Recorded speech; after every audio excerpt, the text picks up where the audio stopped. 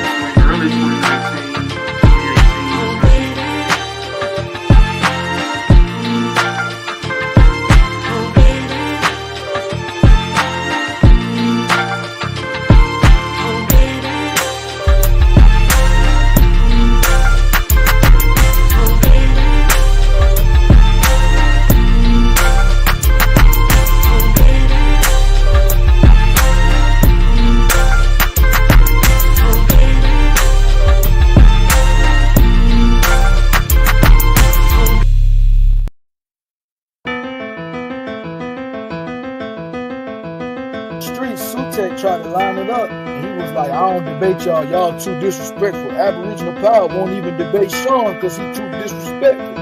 He is though. No, he really is though. I can't really like you, bro. You cool. Not a coincidence. I actually chop it up with but niggas that come off too heated and disrespectful, like I said, I'll debate you, bro. But we gotta get in the ring first. If you want to be disrespectful like that, at least disrespect me in the ring, bro.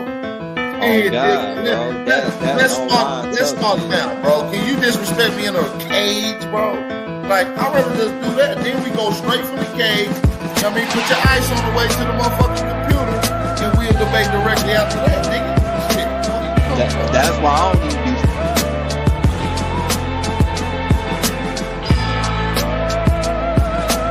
Fucking with the nigga and shit. You feel me? Like, my it's like, wait, bro, talk like that, man.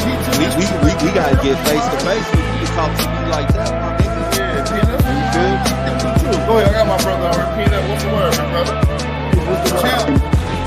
Yeah, I appreciate you, man, but Lucky, let me say this, man. First of all, I'm an older brother. I'm young in spirit because I stay in shape. But I'm older. I deserve respect. Don't lie on me. You're not going to get nowhere lying because that's what's going to make you fall face first.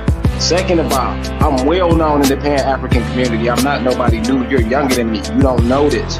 I didn't put in work and expose Rob Bourne, Sutek, any of them people over there. They know it deep down inside. And I'm gonna be long-winded. I'm a Moorish American. I already had back and forth with them dude. They erased videos. I'm not running from anybody. Don't ever say that stupid shit again. Third, and last but not least, I'm not losing no debate to no Pan-African. So don't ever say that shit again, famo. And that's it. Appreciate y'all, man. You heard it. If Sean P want to debate, don't debate the champ over here, right? Sutek wanted so this like it's a pecking order. It's a pecking. So Sean want you and Sutek want him. You say PMF ain't There's no problem. There's no problem, man. Let's set up a Sutek debate, man. I don't like him anyway. Okay, so I love that, son. I love that warrior mentality. That's one. I love to tell Sutek. There ain't nothing. My champ always in the chat. I have him pop in. We'll set a topic. We'll set a date. Make it pay-per-view. We get chopped up behind the scenes. I get their contact. We make it work. You know?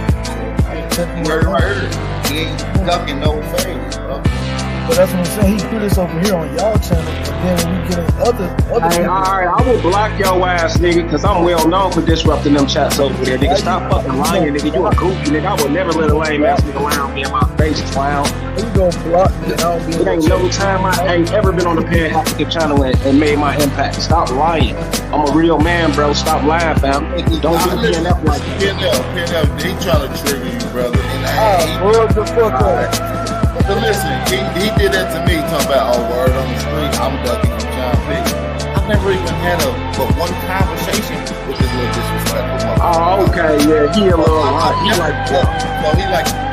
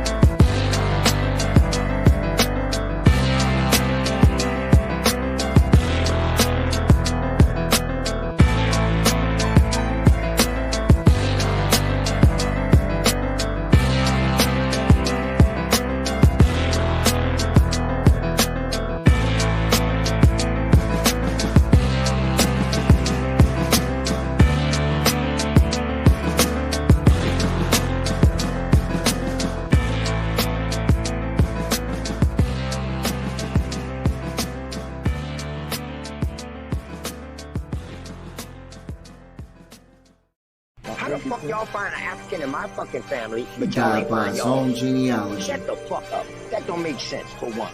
Listen, y'all don't know what y'all did. I don't feel like you standing on business. Y'all lied on me, because y'all don't even know if that's me. And if y'all can trace that shit back to it's me, it's only 2 people in YouTube that got my information. Yeah, he died by his own genealogy. You ain't an Indian, you ain't got a lot of meat. Half of this track, best believe you lose a lot of sleep. Probably because you made it up to us honestly.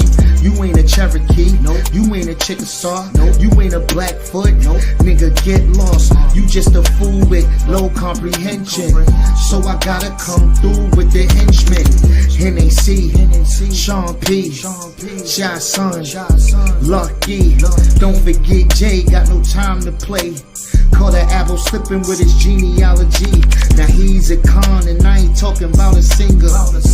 I'm coming for the top apple leader. He ain't a teacher, he's a preacher. He can't keep up, so we leave him.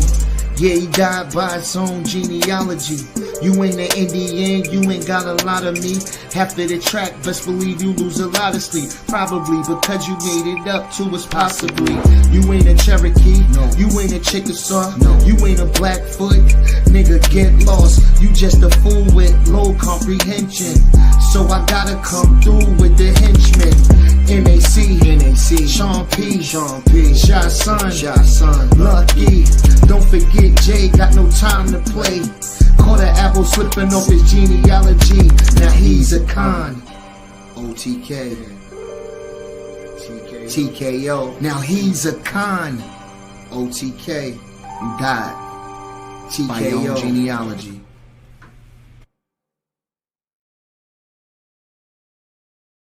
From Africa, but they will be able to tell you about Africa. They wouldn't be vaguely saying they from Africa, brother. Like when a European says I'm from Europe, he doesn't say I'm from Europe. He says I'm from Germany. I'm from a particular province. I still got people out there, right? You know, when people say hold on. When people say they from Asia, they tell you where about from Asia they from. They tell you their province. They tell you they still got people out there. These people will confirm that they are indeed a part of their heritage. But you niggas was calling y'all African? Oh, mysteriously, you have no contact with the people you say you descend from. So I don't believe you. Bro. Hating Africa and hating the African, we ended up even hating ourselves without even realizing it. Because you can't hate the roots of a tree and not hate the tree. The roots of a tree and not hate the tree. You ain't no Indian, please try again. Everybody know you's an African. And Malcolm X said, you can't hate the root without hating the tree.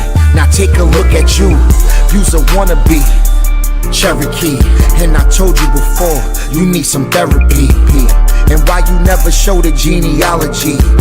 You owe your ancestors an apology. And you know they turning over inside of their graves just because you don't wanna come from a slave. So you gotta take this whip in. I caught another apple slipping. Caught another apple slipping. Caught another apple slipping. Caught another apple. Caught another apple. Caught another apple slipping. Caught another apple slipping. Caught another apple slipping. Caught another apple. Caught another. Let's go. Caught another apple slipping. Caught another apple slipping. Caught another apple slipping. Caught another apple. Caught another apple. Caught another apple slipping. Yo, check this out, man. You wasn't already here, man. Dane Calloway lied to you, man. The research guy lied to you, man. Karimio lied to you, man. Your ancestors come from Africa, whether you like it or not. So no matter what you do, no matter what you say, you will always be an African. You can't deny the facts. You can't deny the evidence. You can't deny the genealogy. You can't deny the DNA. You can't deny it, man. Whether you like it or not, you are African. Caught an apple slipping. That's all we do. That's all we do. Let's go. Got some dewy-eyed thing that you got a friend. I still ask you to look at that mirror. And if nothing staring back at you is friendly, then you've got no friend. Peace to everybody in the chat. It's your boy Sean P in the place to be, man. Like this show, tell a friend we're live. Appreciate everybody tapping in this afternoon, and those of you who will catch the replay. Please make sure that you share the show and comment when the show ends. It's very important. Y'all see what we got on the screen? We back to this again. Mika, you remember this, don't you? I know you remember this. Y'all remember that phone call I made to the Muskegee Creek organization? And the lady picked up the phone? Should we do a recap? Should we recap that? I don't think we need to. Everybody know, right? Everybody know we call the Muskegee Creek people. And everybody know what the people told us. You know what I'm saying? Everybody know what them people told us. So we is not finna play these games. You feel me? No, we're not. They didn't recognize the number or the name. Then everything else became crazy work. Yep. Y'all know it, I know it. It all became crazy work.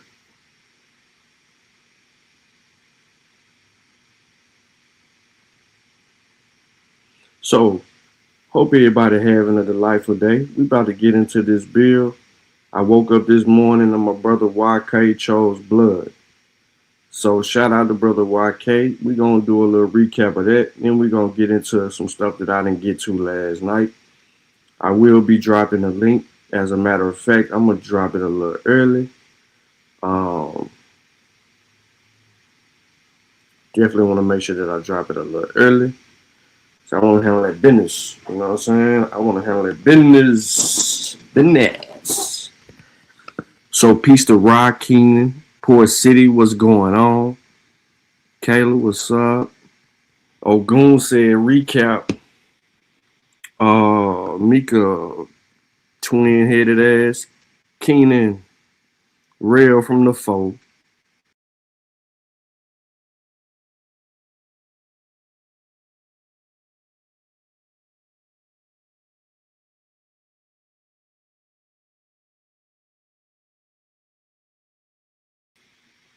Let me pull this up. Give me a second. Let me pull it up. Y'all like, what happened? Nah.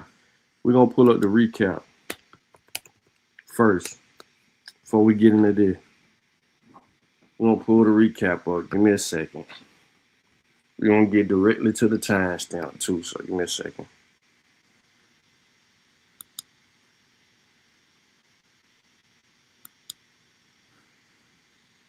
Yeah, brother YK went he sharpened them knives up. Said F all this.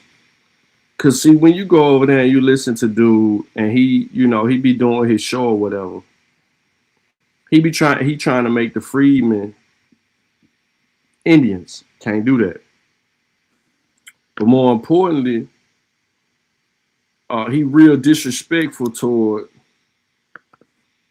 people of African descent and all that. So, and Africans. So it's trying times.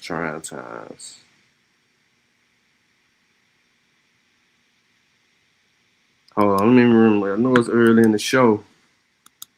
Let me share. Nah, it ain't no Mossy God. You can't even name them. Who was this in the chat? More truth, more lies. Yeah, it's a fake card. Nah, you shouldn't have lost no connection. Can y'all hear me?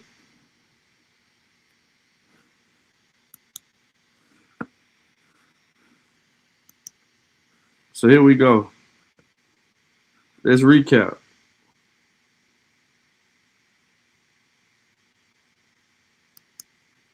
Let me see where I'm fired. As a Native American.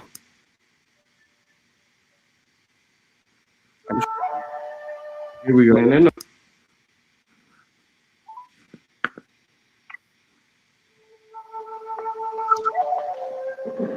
Y'all should be able to hear this. .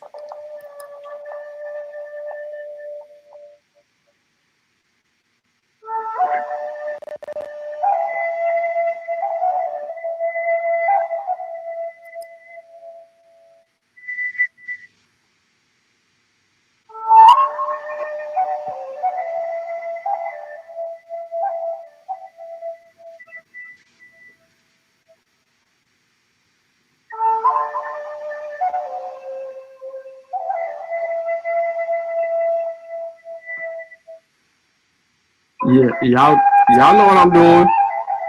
Y'all know what I'm doing. That's my cell phone. I got questions. I'm on the phone. It's an 800 number, so I'm on hold.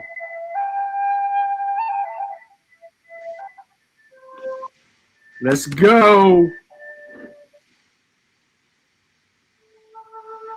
What's the extension? It ain't let me put the extension in there.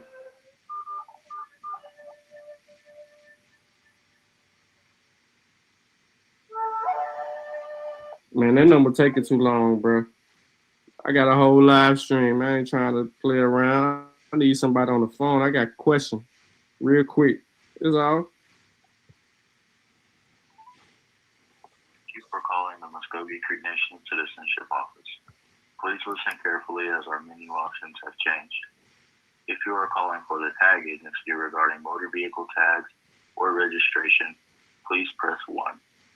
If you are calling for the Human Services Department or need assistance with rental, utility, hardship, burials, or school clothing programs, press 2. If you are calling for higher education regarding college tuition, scholarships, or grants, press 3. If you are calling for the Citizenship Office regarding citizenship ID cards, applications, verifications of enrollment, or certificate degree of Indian blood, please press 5. If you're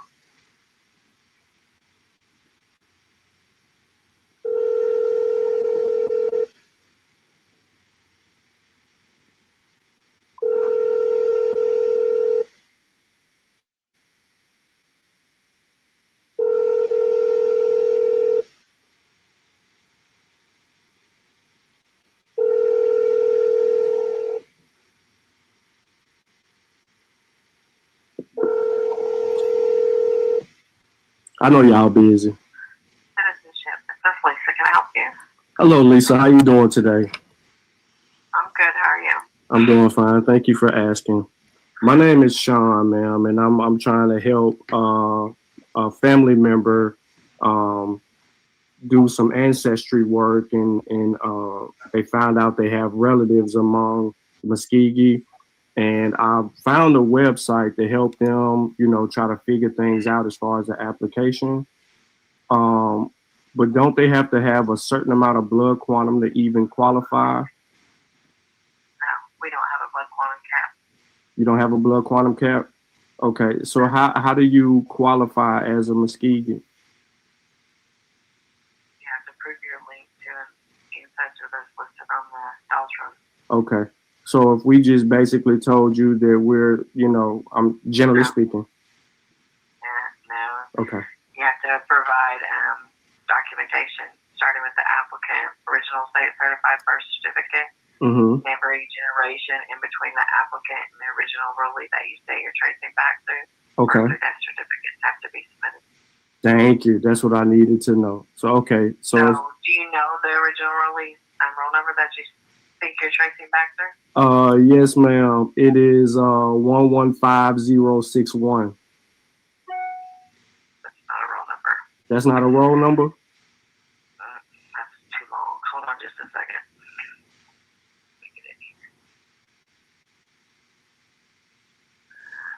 The original roll that any ancestor that has that long of a roll number, they're usually pretty short. No more than 4 or 5. Hold on just a second.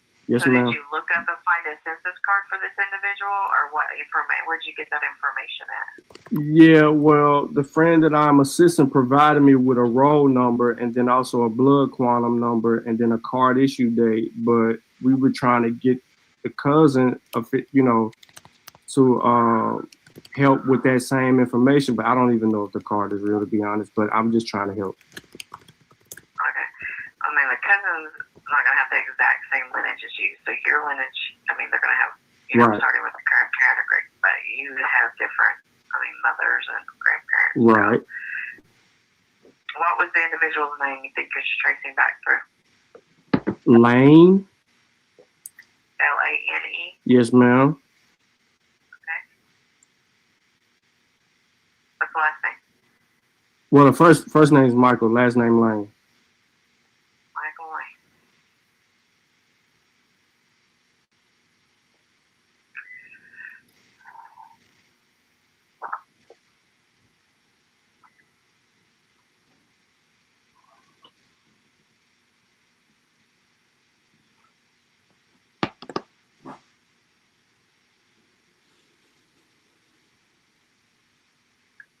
you spelling the last name? Lane, correct? Yes, ma'am.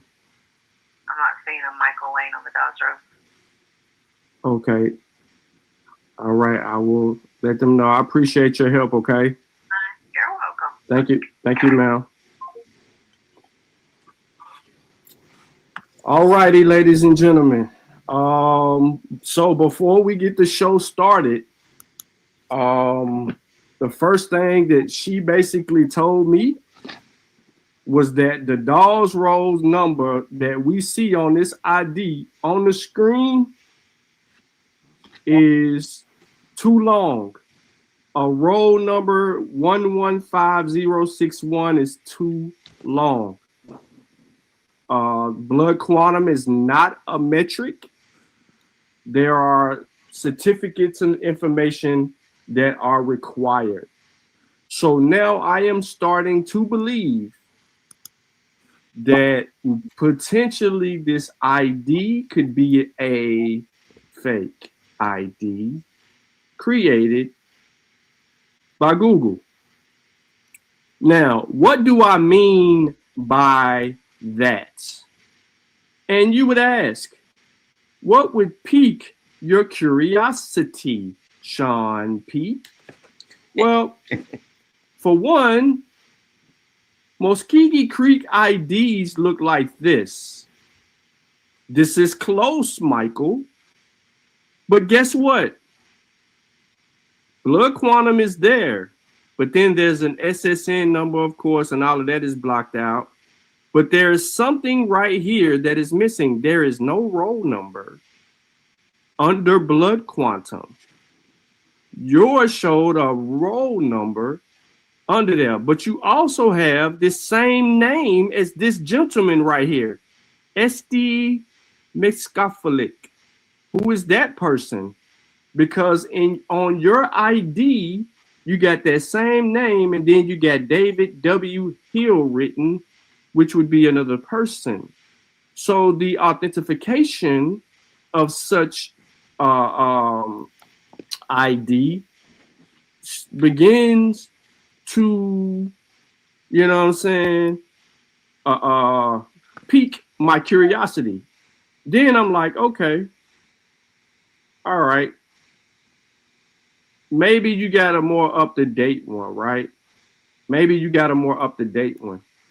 And then I seen this little young thug right here. I seen his, right? Muskogee Creek Nation, EDN, DOB, sex, Creek, name, address, issue date, expiration date, signature down there.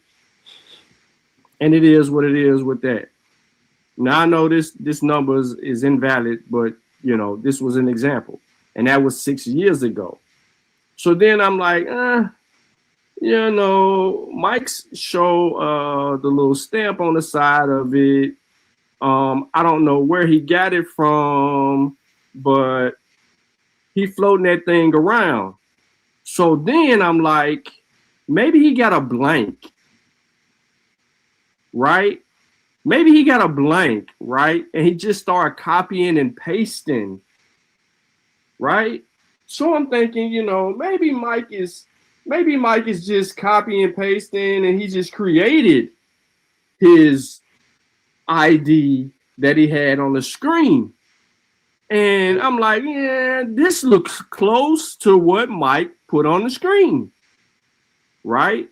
Change up some information, you know, put the blood quantum being 1 in 32, put a roll number down there, right? Put when the card expires, things like that, you know, try to give it some validity and understanding, because you could take a screenshot of this and you can doctor this up and change the numbers and you can make this happen, right? See, it's got David W. Hill, principal chief name, right? You know, so it would look similar. But when I go back to, before I start the show, when I go back to Mike's, and let me make this bigger. When I go back to Mike's, I'm like, okay, he got the heel mound right there. He got the information right here, but then I started looking at it more closely. I said, wait a minute. The gender slants, which means the letters are slanted. They're not straight. The birth date, slanted, not straight. The card issue date, slanted, not straight.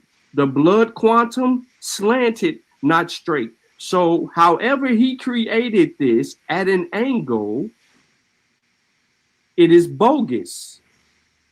So before I can come out and challenge the validity of his ID that he keeps showing people, I said, I'm going to call the people live.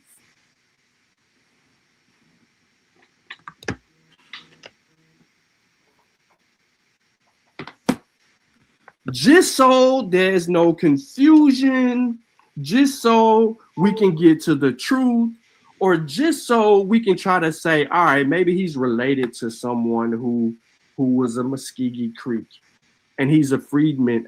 One of his family members is a freedman. The other one wasn't actually Muskogee Creek.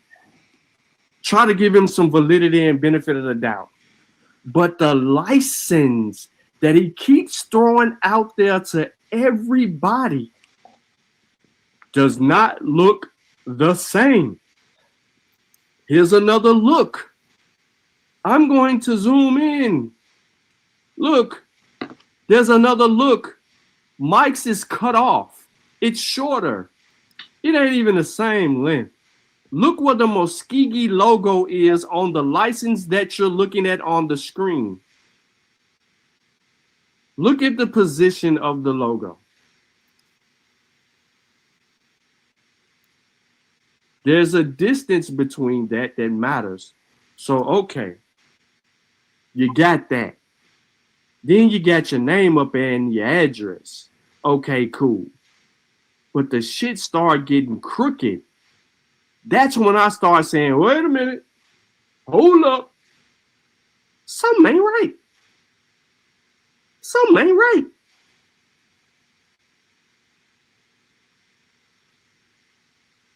Y'all heard me ask that lady about Michael Lane Jr. Y'all heard me ask that lady about blood quantum.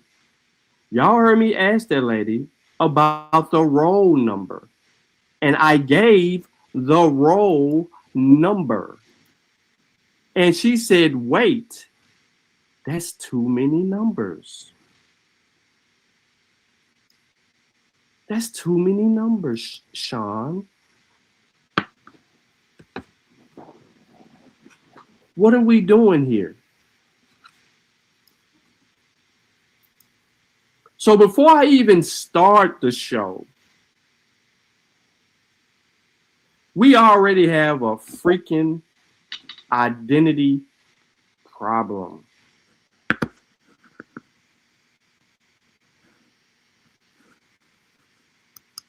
So,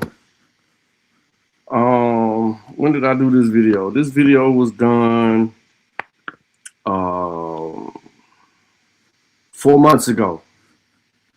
Okay, so this video was done a little over 4 months ago, and it brings us till today, where further investigation has been done by none other our dear brother YK the Trezoof.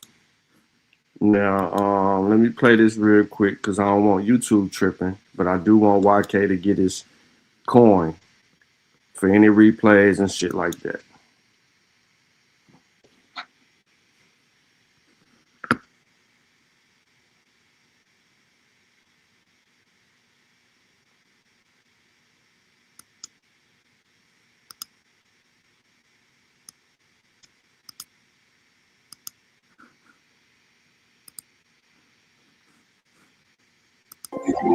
You're not Indian.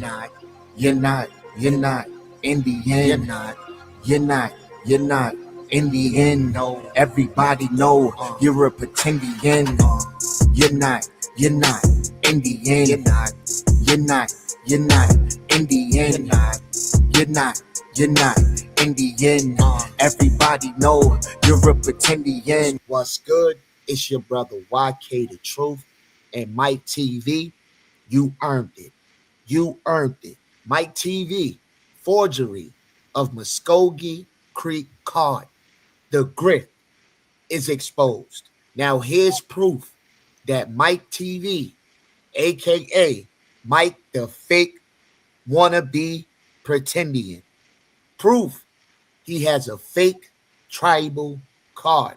Now this is forensics right here that shows you that it's forged, it's fake, it's a fake card, and you wonder why he never showed the back of that card.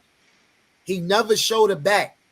Whenever you show your ID, any ID, you got to show the front and you got to show the back. If we don't see that CR code, we know it's bogus. Now let's play the video. There is nobody in the room who's a better gift giver than me. But you know, there's no gatekeeping around here. I'm telling you right now. Let me show you guys something. I uploaded his card into this software. This software can tell you if an image is fake or not. So pay attention. His card is fake. It's bogus. Not only did I go to this software, I went to Gemini AI as well. Now, if you look right there, right? That blue mark right there shows you that this is a forgery, that this is a copy and paste. So the blue is the only thing that's original. Everything else is copied and paste. It's copied. And I'm going to prove it to you. Let me prove it to you. Now, the general color mapping for ELA is as follows. That's called error level analysis. Light blue, original, unchanged areas with low error levels, right?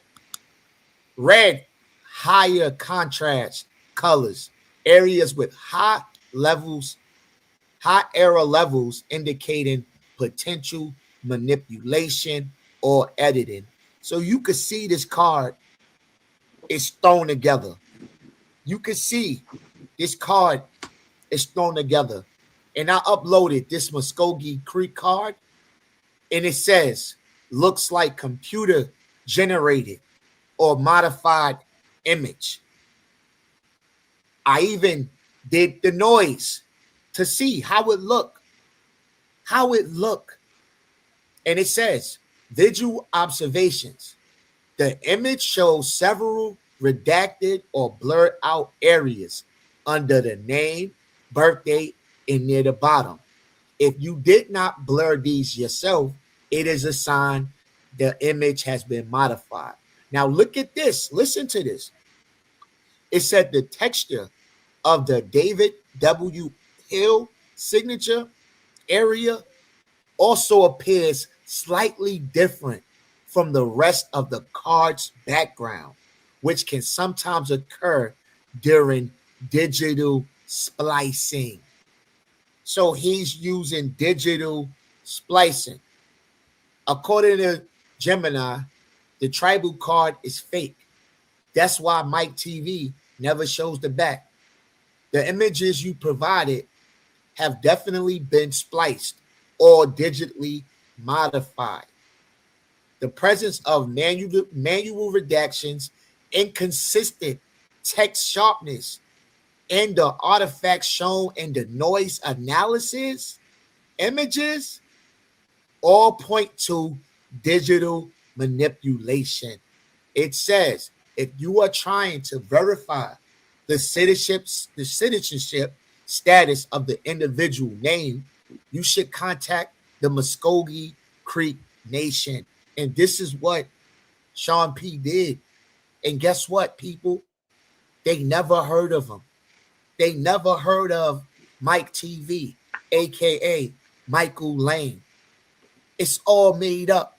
And I won't be surprised if his name is made up and his name is not Michael at all, and he's pulling another research guy. This is why him and the research guy didn't get along. Him and Copcats didn't get along because they got their own grifts. Grifters don't like each other. They don't want somebody else's hands in their pockets. And this is what this is about. He has a fake card. He has a fake name. And his genealogy is most likely fake because he never shows the genealogy that puts him to those people. Whenever I show my genealogy, I show you on my tree how it goes back to me. We don't see any names. John's wife got him one of these electric screwdrivers last year, and I'm getting one for my dad this year for Christmas, and he's going to love it. These are better than any drill. They're super handy to have around the house. Now, let's break down this in forensic era level analysis, right? An area that lights up blue while other parts are black typically indicates that the specific region of the image is unchanged or has a low error level compared to the other parts. The black areas, in contrast, suggest a high error level. So you see the blue and you see the red right there, right? It says black areas. These areas indicate a significant difference in the compression potential compared to the rest of the image, suggesting they have been recently altered, edited, or inserted from a different source with a different compression history or quality level. Areas with high contrast or complex textures may also appear brighter in ELA, but an unexpected dark area in an otherwise consistent images usually point to manipulation. All right.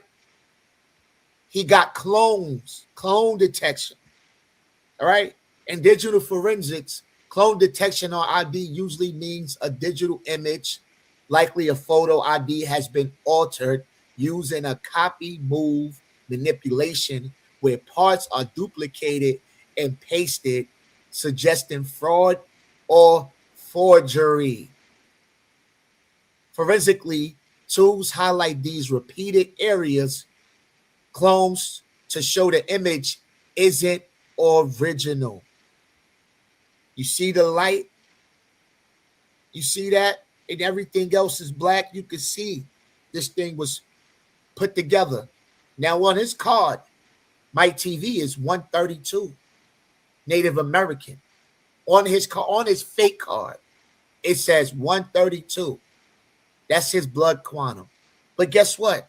That only means you have a very small fraction of Native American ancestry, equivalent to having one full-blooded great-great-great-grandparent. So my question to Mike TV is, what's your other DNA? What's your other DNA? Because you swear up and down, right, that you have no African in you. You're not showing no other tribal records. So how do you know you're not of African ancestry? I know you see me on your live, but you knew not to say anything to me. You knew that because you know you use my video to go in on a research guy. So you got a small percentage of Native ancestry, which I can't even say that because the ID was fake. So we can't even say you're 132. So if you faking an ID, what about the genealogy? Are you faking the genealogy as well, sir? Are you faking the genealogy? Let's keep going. All right, so this is why he started blocking out the 132. So he started taking that out of his card. One time he showed it, then the next time he blurred it out.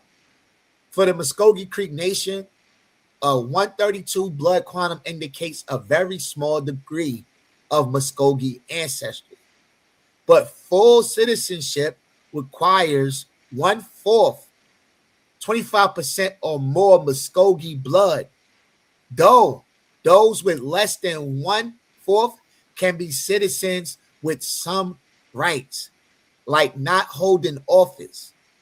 Blood quantum is the federally imposed fraction of native ancestry used for tribal enrollment, stemming from allotment rolls with small fractions like 132, often linked to historical Dawes rolls. So you got a small percentage, and I keep saying that when you don't got that because the ID is fake. Right? Now, it all makes sense to why his ID is fake. Anybody that buy views and likes, it's like giving yourself a high five. So I already know that you will do anything to show the world that you're something you're not.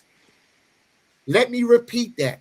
You will do anything to show the world that you're something you're not. If I had 2 views, I got those 2 views and they're real. 2 views is more important than 399 fake ones. Do you want to know why? Let me tell you why. Because when you have 6,000 views, 399 likes, but then you go to the comment section and there's only 18 comments. The math ain't mathing. The math ain't mathing. 6K views, 399 likes, and 18 comments. When I have a video or I go live, the comment section, it got a lot of comments. Either you're buying fake views or your information is trash. Which one, Mike TV? Which one? Now, how come every abo, every pretendian has a famous Indian ancestor, a part of the Grift? Remember Phoenix Moon showed her genealogy and she was related to all the famous fictitious Indians? Remember that? They always got to be related so it can make people want to find out something that they might have. This is why that's how they make their money. Being fake genealogists, making fake trees, fooling people. This is what the research guy did. He tried to turn my ancestors Cherokee. And this is what Mike TV, aka Mike the Pretendian, wanna be Indian. This is what he's doing. Right? Introducing Grammarly, like you've never seen before. Your all-in-one writing essential. Today. Now he claims that he's related to Thomas Jefferson Adams. We haven't found any tree with him attached to it to verify these claims. Every time he bring it up, he shows a tree, but we never see the names or his name putting him to those people. You don't even see his face putting him to these people. Now, when I show my genealogy, I show you me. I show you how I'm related to these people. We don't believe you. You need more people. You have already been caught forging a tribal ID card. So why should we believe that you're related to Thomas Jefferson Adams? And the son of Will Adams and Hepsy Perryman, they both indicate in Creek heritage and likely African ancestry. Because one of those people is a freedman on their card. And this is why Mike TV want to try to turn freedmen into Indians, not freedmen that's African. They always try to turn the freedmen's Indian when we got laws that tell you freedmen are African. When we got real genealogists out there that tell you freedmen is of African ancestry. This is in the 1866 treaty. So why are you trying to make a freedman something it is not? Because you're a grifter and you're in this for money, looking into fool innocent people who are gullible and don't know how to do their own genealogy. I've witnessed this guy ask for cash apps just to put American names to Indian tribes. And these people fell for it. They fell for the trap. You got to watch out for these grifters, man. Now, he got this on his website. It says American Indian. But he showed you a picture of Pam Grier and 2 crayons, right? But then they'll turn around and say they're swarthy. 1 minute they're swarthy. 1 minute they're copper. But what is swarthy? Being of a dark hue, a dusky complexion, tawny. Now, what does swarthy means? Black, as the swarthy African, the Moors. So are you black or are you copper? Are you black or are you copper? Now, anytime he's talking about, he says he's related to some of the Graysons. Yeah, he said he was related to the Graysons. But guess what? We have DNA analysis of the Graysons and of their freedmen descendants. Discovered past DNA testing finds percentage of American Indian blood. What it says when a cotton swab scraped a few cells from the inside of Rhonda Grayson's cheek last June, she was pretty sure what she would find. Like most of those at the conference, sponsored by the descendants of freedmen of the 5 civilized tribes, Grayson wanted ironclad proof she is part American Indian. She got it. It showed I had 9% Native American blood, said Grayson, a black woman who has traced her lineage to a great-grandmother on the Chickasaw Freedmen roll. I was not surprised, but I didn't know. Others were surprised by these findings, including Rick Kittles, the Ohio State University geneticist whose assistant swabbed about 100 cheeks that day in Norman.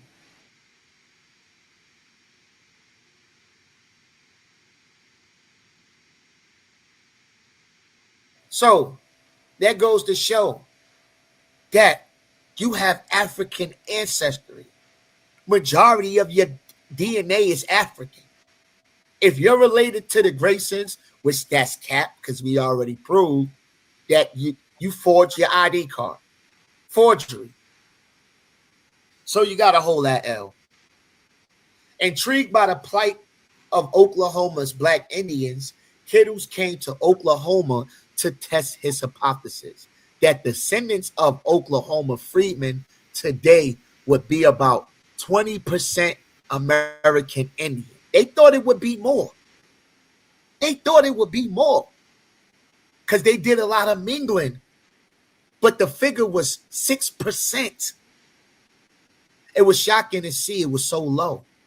Kittle said in a telephone interview from his office, his finding came at a blow to some study participants who traced their ancestry to tribal members and expected a stronger genetic stamp. But they didn't. Grandma said, Grandma didn't know.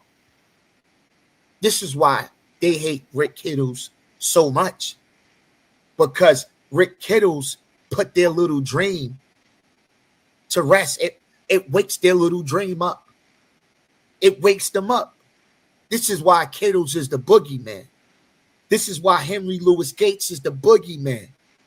Because they can't be Muskogee while Rick Kittles is alive. Everything you wanted, it's right here, y'all. Everything you needed, it's right here, y'all. Boogeyman.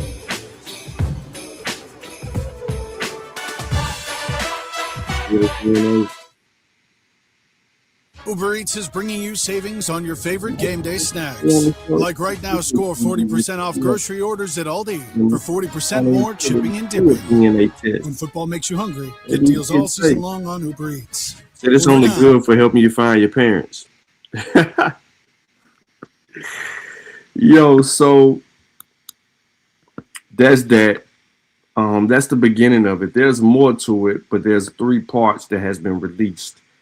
So I would highly recommend all of you who are not subscribed to YK's channel to go over there and make sure that you are subscribed to Brother YK channel as well as Brother Lucky channel. Not a coincidence. Each one teach one. Everybody, man, that's fighting a good fight. So it looks like we got a few more people in the building. Peace to Afro Arab Jew. That's Kimmy. Peace, Kimmy. Melanated is always in the building. Laughing Shabaka, what's up? Ogun, there go your recap and the playback right there. Brendan, what's good?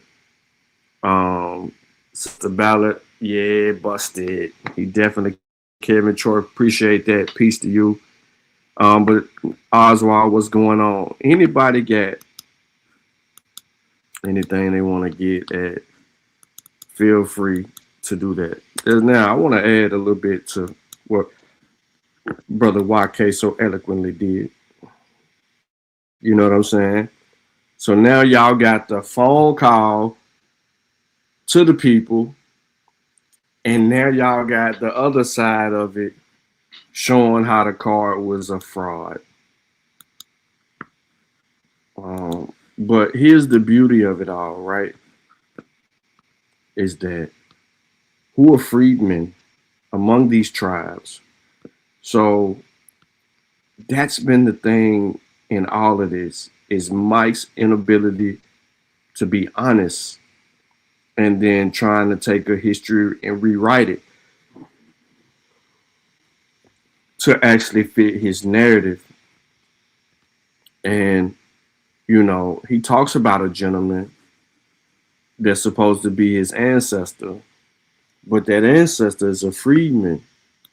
And this is significant because prior to everything, if y'all don't recall, there was a whole Supreme Court ruling about the Muskogee Nation that transpired this year, right? This document was significant in helping people get rewarded, you know, their membership. But there was something significant in this particular document. And if everybody just, you know, took the time out to actually read it, you know, and I want to do this the right way. Psych. I'm going to be an asshole. So Dulcinea tried to play this game, right? Y'all got to make sure that y'all looking at this. I'm not going to go too much into everything, but there's a lot of documents that are related to proving who these black people were among the Muskogee. And you see me just scrolling and scrolling through, right?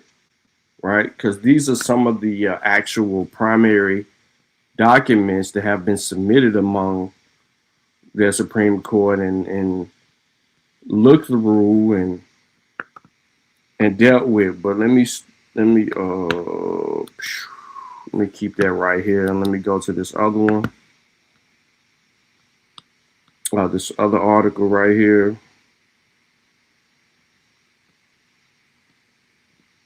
And even in the documents, they define who the freedmen were. So y'all remember we called Dulcinea, and she was sitting there trying to ignore what it was saying in the article. and she kept trying to skip over African. But I don't want to just beat people's heads up with it because we already did this.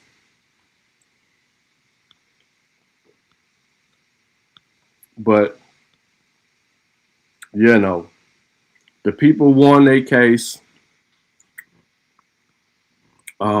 They fought for their rights. And in that document or that court case, it specifically said that they were freaking freemen. I don't know how the non-play went off on y'all. Okay, there you go.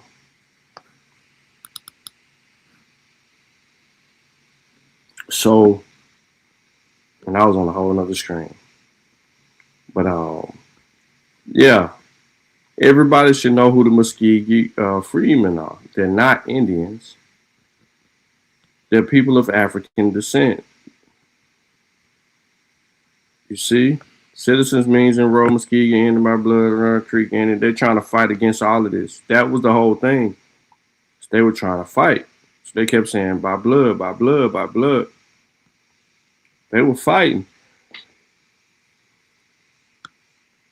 They ain't want nothing to do with the Negroes. Them freedmen who they once enslaved and had to give them their freedom. And so after that back and forth, all of this transpired. But I just want to remind people that these documents actually do exist. And they actually do talk about who these people are. And they actually put him at fucking odds with who the Creek freedmen are. And we cannot allow people like him to perpetrate a fraud. And that's what he was doing. And he's created a cult because he's charged people all that money. Then he turned around and I think he's charging people $600 to do their genealogy. He charged them $50 per retainer to start the process. And then he charged them $6. You know what I'm saying? So he beating the hell out of people who could have easily did a DNA test, right? And then check their DNA and then matched it up with record themselves. Like, bro, like you ain't even gotta, you tripping with no map. You don't need him. Excuse me, not a coincidence would have just did it on the string. You know what I'm saying? He would have helped you. I mean, he wouldn't just did it. He would have helped you. Also, they got a whole website. Whole website. Why is it showing like this? Muskegee Creek Indian Freedmen Band of Creek Nation, Oklahoma. It says, welcome to the official website of the Muskegee Creek Indian Freedmen Band. We're delighted that you are interested in learning more about the unparalleled cultural heritage and history of the Muskegee Creek Indian Freedmen. We desire that the untold history of the African Creek Indian is presented factually through historical documents, cultural events, and various educational programs that we implement and preserve in the pages of history. Our website is designed to serve two purposes. First, it will serve as a resource providing historical facts regarding the history and cultural heritage of the African Creek Indian freedmen. Second, it will provide information regarding our plighted citizens of the Muskegee Creek Nation, about our political rights defined by the Creek Treaty of 1866, Article 2. You heard it. It said African Creek Indian freedmen.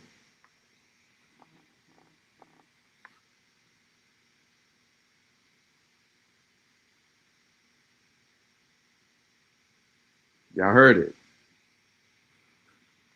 So,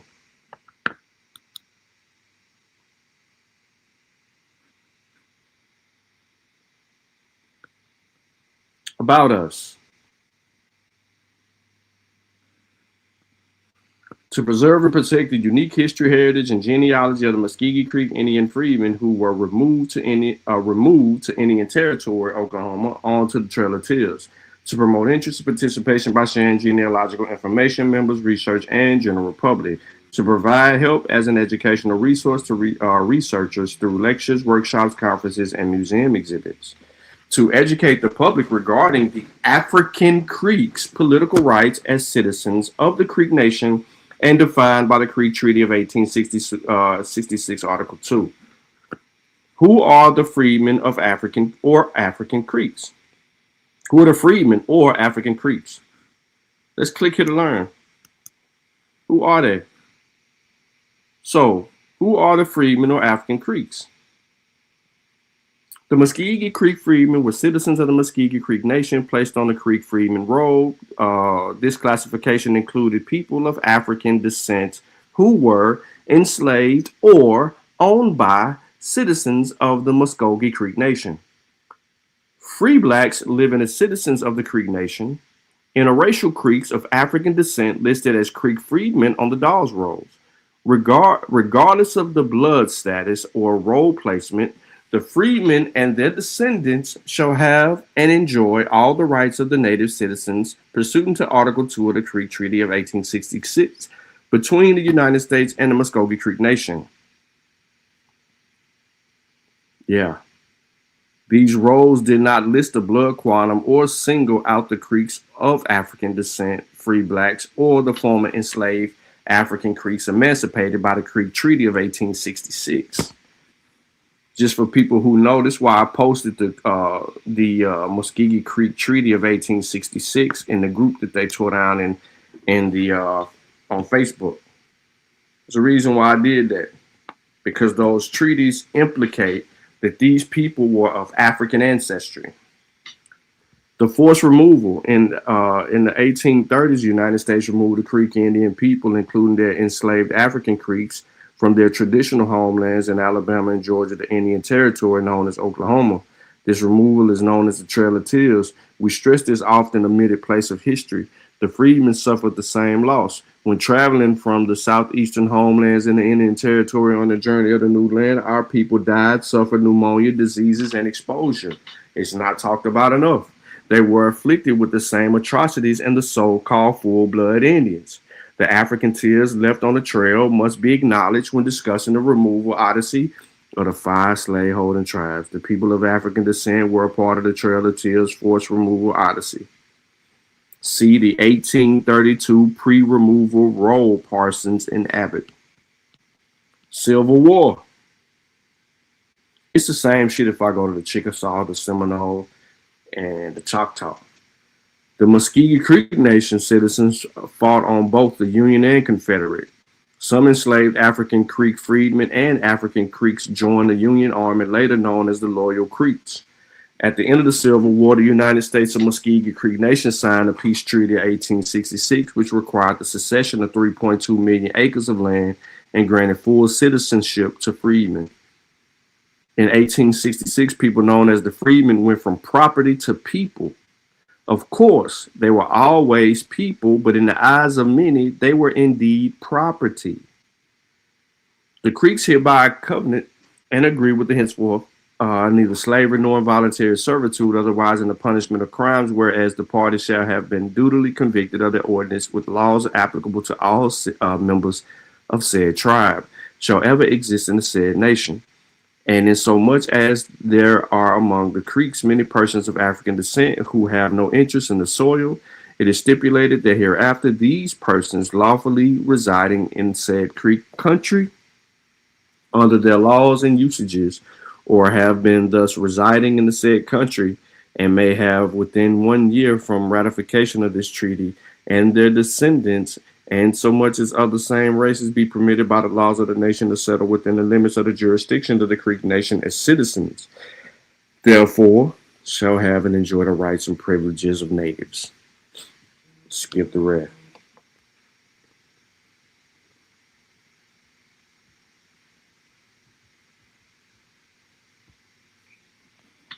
(1867) Constitution. All of this is here.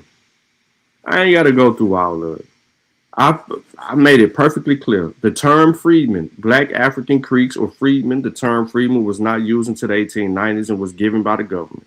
It is worth noting that there were free men and women of color living in the Creek Nation and were a part of the nation before the American Revolutionary War. Most people of African descent self-identified as Creeks or Black Creeks, or as ancestors would say, Native Negroes or State Negroes. They identified differently culturally from the people known as State Negroes.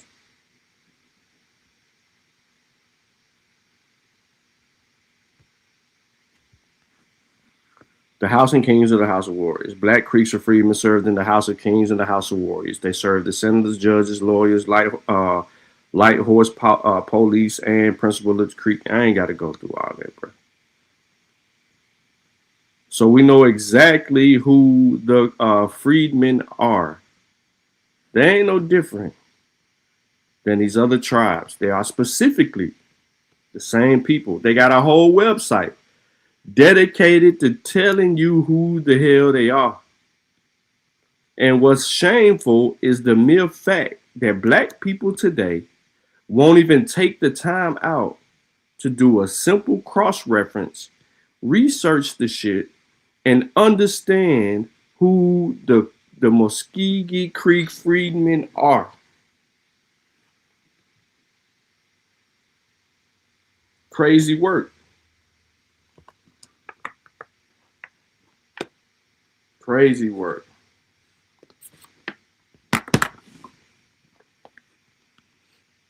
So, yeah, this is don't make me call them either, because I'll call them live on L2. Myth and misconceptions about freedmen, census cards, miscellaneous. Oh boy. I definitely will call these black people. This is how we know about Smoke Signal getting beat, because his people was freedmen. They were owned. Look, they got their telephone number right there. Definitely can call them. We can really get into if Mike, you know what I mean? If you want to go there, Mike, we definitely can get into that. We can call them and see if your people really on there, if you really like that.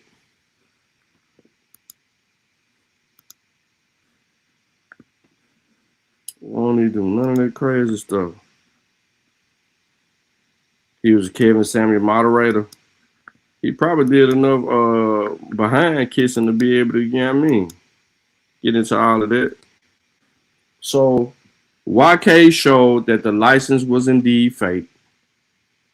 It supports the evidence we've already uncovered when calling the Creek Nation and talking to them on the phone.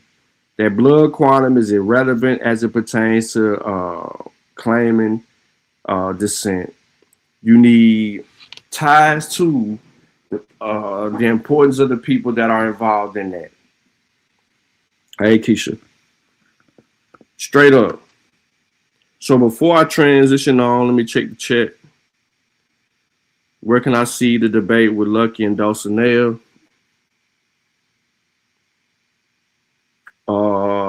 It's on here. There's some clips on here.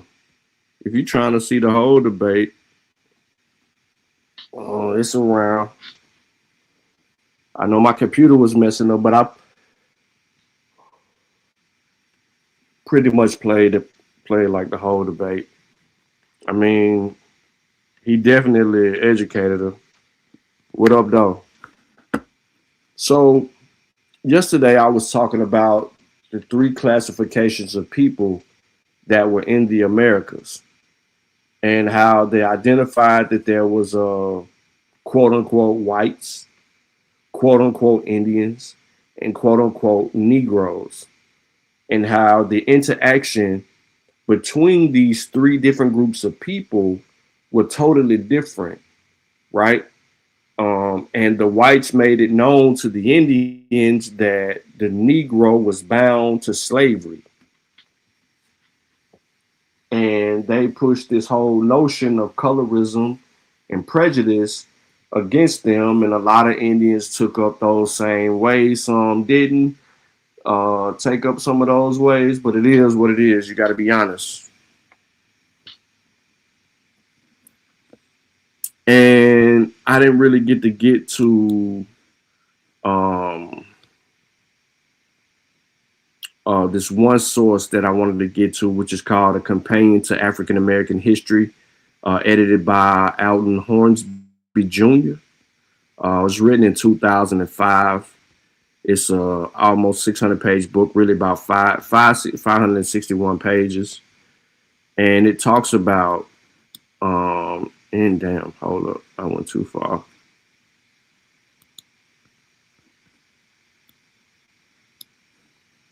It talks about beginning on page 121.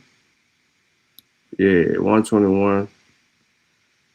It gets directly into where I left off pretty much about the relationship of Africans and Native Americans. Before I get into that, though, I do need a second. I did drop the link in the chat. Let me see. Mike got his. I'm an Indian card from Hewitt Zaddy. All right. True Zone is slowly following Mike TV steps in YouTube career choice. I don't know nothing about that guy. I mean, he was introduced to me through Lucky and everybody else, but he's also trying to rebuild or establish his channel, so he trying to, I guess, pry away from the ABO, but they don't do scholarship. It's pretty much confrontation 24/7. From the experience I had here, I was just on the panel talking about something, and the next thing you know, this dude just kind of went left. And since then, I ain't wasting my time being involved in that, because that ain't the time or place for me. But I need just a second before we transition into this work that I wanted to get into. I messed up last year and posted his card. He forgot to scratch out his roll number. It doesn't exist. Yeah, we exposed that. True Zoom. Baby mom looks like, Cap. Pure Black is crazy. Pure Black is, man, you crazy, bro. So hold on one second. There's one other thing that I want to get to before we transition. Man, come on, man. Make sure y'all liking the show and sharing the show, man. All right, so I'm going to add to it. Remember, y'all got to go over there and support YK. But I'm going to play a little bit of this, and then I'm going to get into my other source. And, of course, y'all already know how I roll.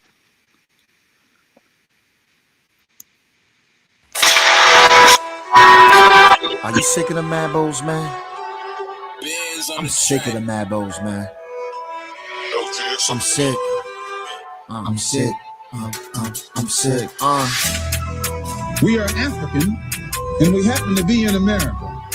We're not American. We are people who formerly were Africans who were kidnapped and brought to America. You say you were Indian, but we know that's cap. I'm sick and tired of you frauds saying you're not black. And grandma said that you come from the black feet.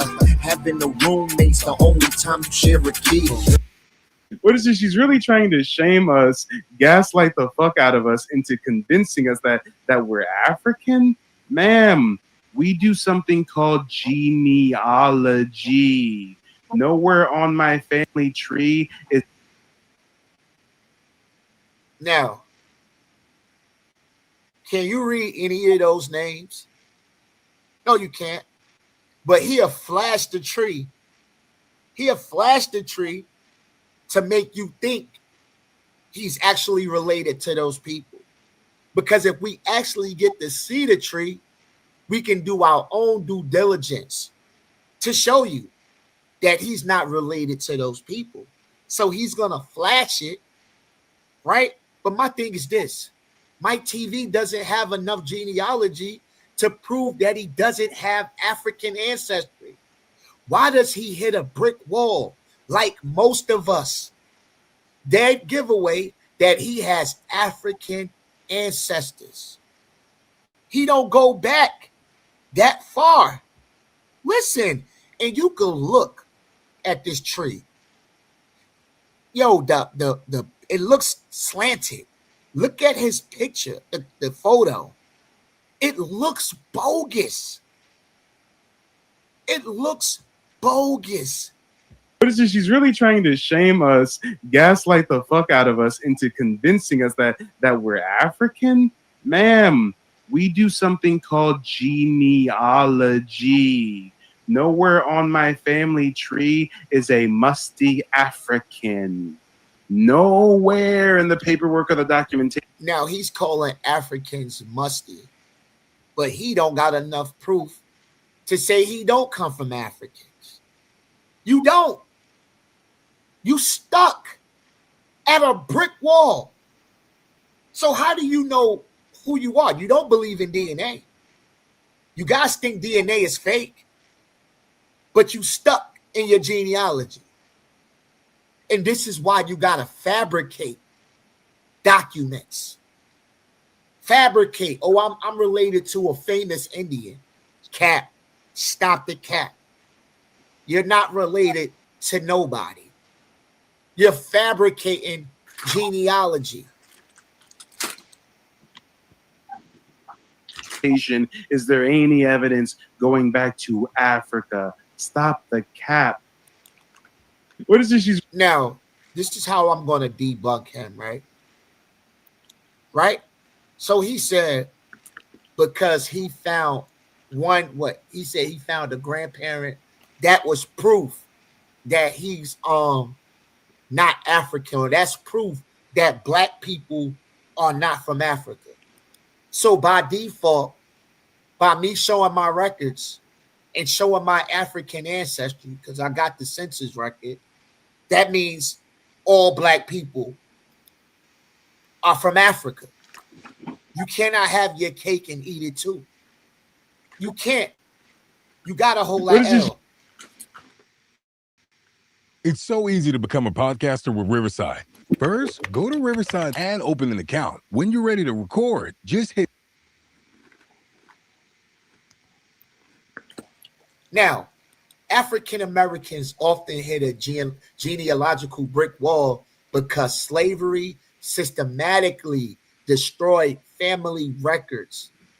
See, you guys don't want to accept history, but you have no explanation to why you got your culture, why you speaking English, why you not doing what Indians do. But you don't accept slavery. You don't come from slaves. But you're hitting a brick wall. White people can trace their ancestry. Why can't you? Because slavery systematically destroyed family records, treating people as property, not individuals, making names, birth dates, and family units absent from early documents. So when y'all say, show us an African, they love to say that. Show us an African. As if our people did not have that information taken away from them. You guys are quick to say you have been reclassified. Quick to say you have been reclassified. But you can't understand that our ancestors had their names stolen from them. But you keep asking us to show you an African, right? Even though I showed you an African, but it's difficult for most of us. It's difficult. Records often list only first names. Misspellings are rampant. And a crucial 1890 census was destroyed, forcing reliance on hard-to-find plantation, court, and DNA records. DNA to bridge the gaps. But you guys don't want to take DNA because the DNA cuts all of that American Indian stuff out and it sends your black butt back to Africa. You start seeing that 86% African. But then you say genealogy is the key. But you stuck at genealogy. Make it make sense. You're stuck at genealogy. Key reasons for the brick wall. Enslaved people were property, not citizens. So they weren't consistently named or recorded in censuses. Destruction of the 1890. So this is everything that I said.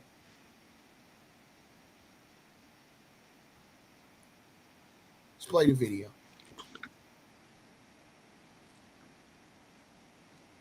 1806 Creek freedmen rolls from becoming citizens of the Muskogee Creek Nation. Before the Muskogee Creek Nation submitted the draft constitution to the DOI, the Muskogee Creek Nation did. So right now, this is when he capped and try to show you that freedman meant just a full-blooded Indian is freedman.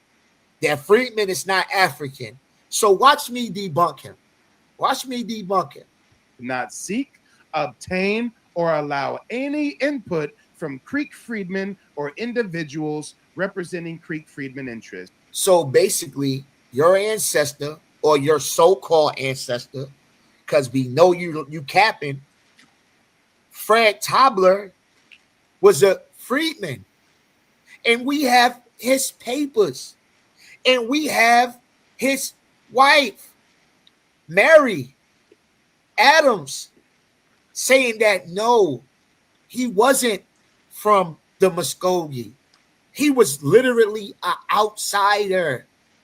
We got the record that you're not showing. See, Mike TV says he's a genealogist, but he's withholding genealogy from his subscribers. He's leaving out vital information. I wonder why. I wonder why he's leaving out vital information.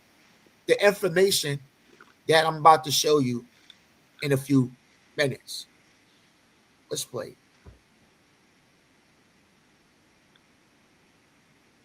(1806 Creek, Muskogee Creek, Muskogee Creek, Creek freedmen, or for what this means. When the Dawes Roll was formatted, they came up with the brown paper bag test. BS. BS. And you know it. And I'm going to prove it to you. So he's basically saying they called them freedmen only because they had color. That's why they called them freedmen. Right? So what about when you're a half free, when you're a half-blooded? You got blood in you. You got some African ancestry. But they still put you down as half. Yo, YK, if you look on his source, because I can't see the document name, or I will pull it up. It says something about racism and white supremacy used race and MCN, which is the Muskogee Creek Nation citizens' physical appearance, to segregate Creeks of African descent, i.e., Creek freedmen. The true Creeks in the Dawes Commission's estimation were listed on the Creek Roll, also known as the Blood Roll. The Creek freedmen, i.e., individuals of African descent, regardless of whether they or their ancestors were previously enslaved in the MCN, were listed on the Creek's freedmen roll. In his own source, it continues, the Dawes Commission employed the hypo-descent rule, by which any individual with one drop of black blood was to be considered black and therefore belonged on the freedmen roll. The Dawes Commission therefore enrolled many of the Creeks of African descent on the freedmen roll, regardless of whether they or their ancestors were ever enslaved in the MCN or how much Creek blood they possessed. Therefore, once the Dawes Rolls closed on March 4, 1907, Creek citizens enrolled on the freedmen roll, and the descendants in perpetuity would always carry the ugly something of slavery, regardless of whether the enrollee or the ancestors were ever enslaved. So that's cap. That's cap. You just got caught in a lie. They put Pleasant, remember Pleasant Tobler, your so-called ancestor, the 2-year-old, they put him down. If you were an Indian, but you were too dark-skinned, they labeled you a freedman oftentimes, and they put you on the freedman roll. A way that they disenfranchised the freedmen is they didn't give the freedmen the full acreage of land that was allotted to them. Guys, I have ancestors listed on the... Now watch him body himself. He got ancestors out everywhere, right? Cap. Dawes Roll as full blood. I have ancestors listed on the Dawes Roll as freedmen. I have ancestors listed on the Dawes Roll as half blood, everything in between. Let me just give you an example with my own. Of course, you're going to have ancestors that are both because they made it with each other. This is why people in Oklahoma have a higher chance of having more native ancestry. This is not a gotcha moment. This is not, you're not solving a puzzle. Family, so you can see what I'm talking about. We're going to use my ancestor who's listed as a half-blood as an example here to prove this whole freedman thing, right? Check this out. So they put her down, they put Pleasant down by blood, even though she has African ancestry. That's FYI, we never found the full-blood Indian in his family. On the show that we was on, we didn't find it. Basically what's happening. That's basically it. That's the only part that happened. But he wants to make you think it's about a paper bag. No. It's called mixing. Mixing. Simple. Stop lying to your people. It's called mixing. My ancestor is Pleasant Tobler. 2 years old, male, blood quantum 1.5. There's his roll number 1017, and he's listed as a Creek by blood newborn. Now check this out, y'all. If you're too dark. Now, why did he leave out Fred, the father of Pleasant? You know why? I'm going to show you why. Because Fred was a freedman. Watch this. Watch this body bag. It says right here, Department of Interior. This is what Mike TV left out. This is Mary Adams, right? This is the lady who was married to Fred, who gave birth to Pleasant. And it says, what is your name? Mary Adams. How old are you? 19. What is your post office address? A. Okmulgee. Are you a citizen of the Creek Nation? Yes, sir. To what town do you belong? Ketchupakta.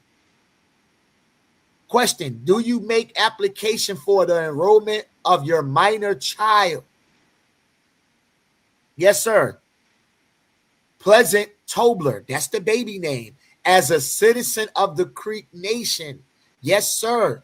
What is the name of his father? Fred Tobler. Is he a citizen of the Creek Nation?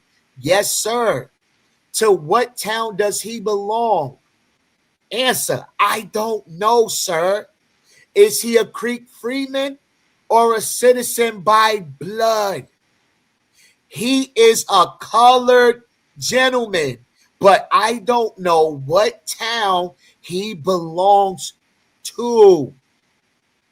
He was owned by the Creek. Did you ever live together as man and wife? No, sir. Does he acknowledge Pleasant Tobley as his child? Yes, sir. Does he contribute to the support of the child? No, sir. No, sir. You have to hold this L. This says Freedman. She didn't know where he was from. There go Mary. Right there. It said adopted by the Creek. Okay?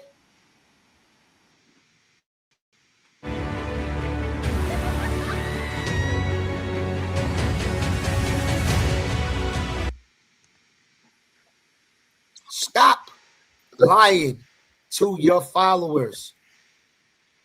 Stop lying. Right? And every time I go to a Pretendians website, I see the same thing. It's racial classification. That's everything they say is we've been misclassified, right? But then they'll turn around and show you a bunch of black people and say that they were the Indians, right? And they know that it was other skin colors, other complexions, but they leave that out. So are you telling me that American Indians, Native Americans were only one skin color? They were just brown? Racial classification. The commission often rely on visual appearance and race. What are you doing, Mike TV, showing these images? You're doing the same thing you're accusing the white people of doing. Relied on visual appearance and race because they were black. So if they're black, they gotta be Indian. They can't be no other color. This is what you're doing, Mike, aka the Pretendian wannabe. This is what you're doing. They got light skin may be legacy of Native American ancestors. Walk down a busy street, and this is from the science. Walk down a busy street in most Latin American cities today, and you'll see a palette of skin colors from dark brown to sepia to cream. For 500 years, people have assumed this variation comes from the meeting and mixing of Native Americans, Europeans, and Africans. During colonial times and latter, people with lighter skin are thought to have more European ancestry, whereas those with darker skin are taken to have more Native American or African ancestry and are often targeted for discrimination. Now, a new study of the genes of more than 6,000 people from Latin American countries undercuts the simplistic racial assumption often made by skin color.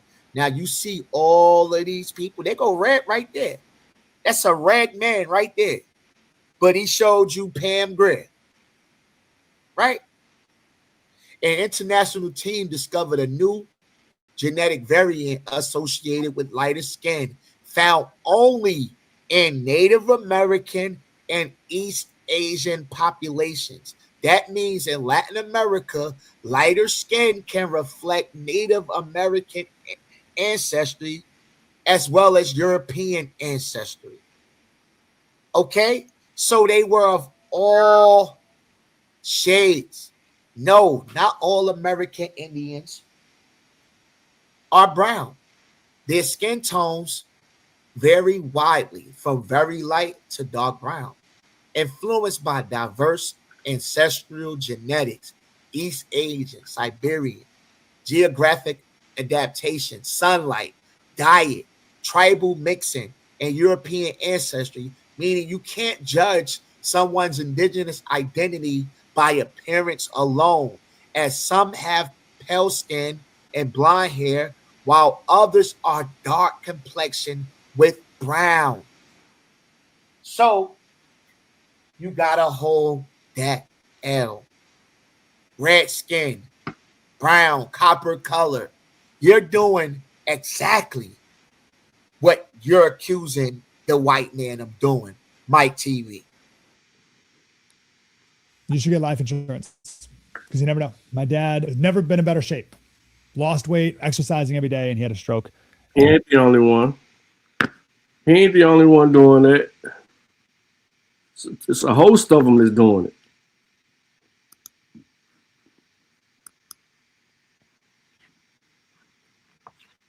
It's a host of them that's doing it. So, peep game. I'm going to skip the first paragraph. You know what? I'm going to read it to y'all. Because I done read the shit. But it's what he say after that matters. So that's why I said I'm going to read it.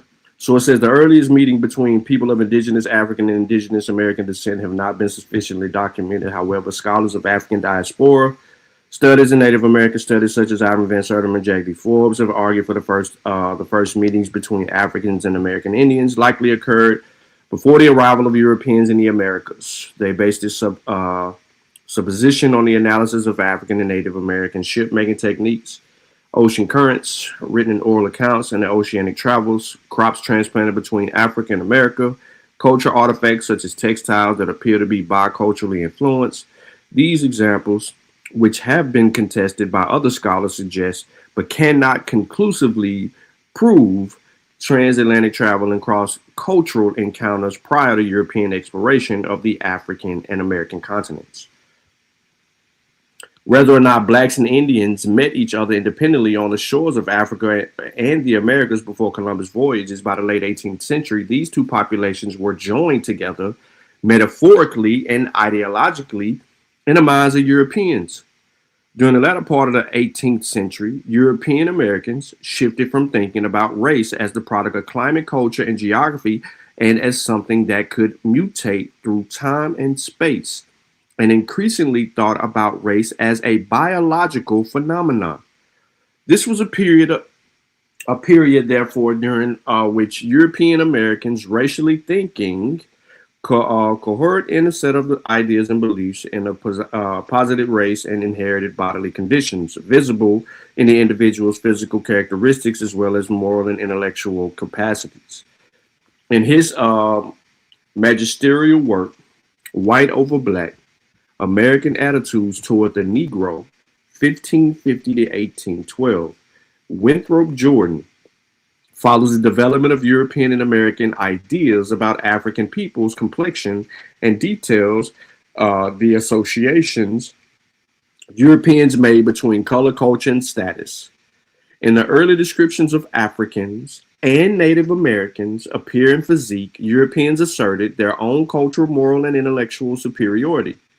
During the 18th century, the idea that differences in appearance dictated cultural, moral, and intellectual hierarchies took a hold and developed into racial and racist thinking of the late 18th and 19th centuries.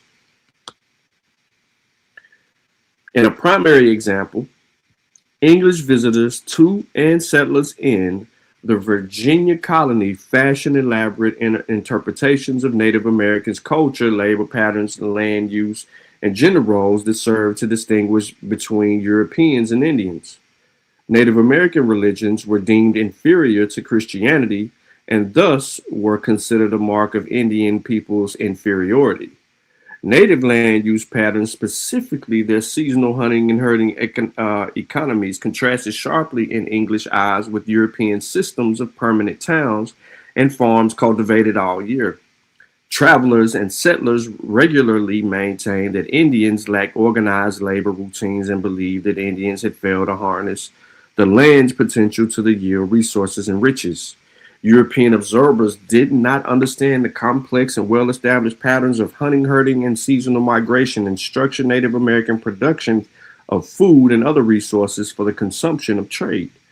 Increasingly, scholars interested in the intersection between race and gender ideologies have sought to explore the ways in which Euro-Americans' ideas about Native American and African differences. See, again, over and over, a consistent identification of three different types of peoples in the Americas. So the African differences were gendered in the formulation of expression. Indian men, for example, were considered insufficiently masculine because they did not engage in European modes of agriculture. Because indigenous women had the primary responsibility for cultivating crops, Euro-Americans deemed them unfeminine, and their labor underscored Indian men's weakness. In this manner, Indian men were judged as racially inferior, and their condition was evidenced in the eyes of European observers by their land use and labor patterns. Native American and African women bodies and their productive and reproductive labor were subject to similar kinds of scrutiny. English writers, for example, contended that Indian women did not experience much, if any, pain during childbirth. This judgment contrasted sharply with the prevailing European Judeo-Christian belief that women endured great pain during labor and delivered to pay for Eve's sins. In this opposition, European and European American were held to be civilized by virtue of their Christianity and femininity, while Indian women were cast as animalistic and closer to nature. Similar ideas inform European perception of African women. Historian Jennifer Morgan has shown that this degradation of African women served to justify their enslavement and exploitation as laborers and as reproducers of subsequent generations of enslaved people. African women who were enslaved in the English colonies during the 17th and 18th centuries did not give birth to high numbers of children, but Europeans nonetheless described these women as exceptionally fecund and well suited for manual labor. Such erroneous assertions, however, served to create a vast gulf between Euro-American and African women, and to reassure colonists and investors that African women's manual labor and their reproduction would generate profit. As Euro-Americans interacted with Indians and Africans, there we go again, three different classifications. These negative racial and gender notions about both groups were enacted in everyday life and codified in colonial customs and law. Detailed studies of Catherine Brown and Kirsten Fisher investigated the connection between the race and gender ideologies in the Southern colonies and focused on social and legal categories developed to differentiate African and Native American women's reproductive and productive labor from what of Euro-American women. As Caitlin Brown explains in her book, Good Wives, Nasty Wenches, and Angry Patriarchs, colonial legislators viewed African women as drudges able to undertake heavy physical labor, in contrast to European women whose domestic labor was considered appropriate female household activity. Consequently, the earliest laws established slavery in colonial Virginia imposed taxes on African but not European women, effectively equating African women with the other household property owned by English men. Kirsten Fisher follows similar events in her study of colonial North Carolina, where laws imposed taxes on children born to Indian European as well as Indian African couples, and also tax any man or woman who married a person born to the couples. As both scholars demonstrate, these colonial laws work to create racial categories by equating color and ancestry with legal status, and by rendering instances of sexual union or marriage between Native Americans, Europeans, and Africans, there they go again, invisible with stark racial labels and categories.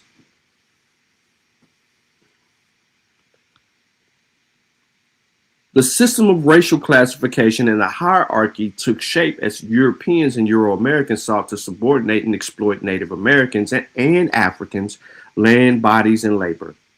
As racial categories gained meaning in the colonial North America, both Africans and Native Americans, they didn't say Aboriginals, they didn't say the Negro, they didn't say Indian Negro, they didn't say none of these weird ass names that can get them off kilt.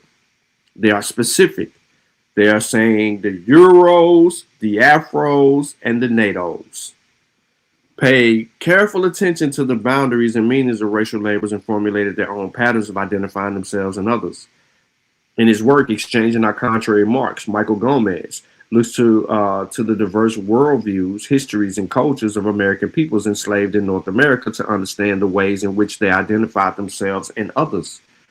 He illustrates the regional, cultural, linguistic, and religious diversity among the African men and women who were enslaved in North America and described the ways in which enslaved Africans understood themselves as having particular ethnic, religious, cultural, and linguistic identities before developing a shared African American culture and identity that allowed them to be impart meaning and dignity to the racial categories and hierarchies imposed upon the European Americans. So during the early colonial period, most Indians had little interest in skin color. Ladies and gentlemen, the next 4 paragraphs are in dire need of your comprehension and digestion. Listen to this shit.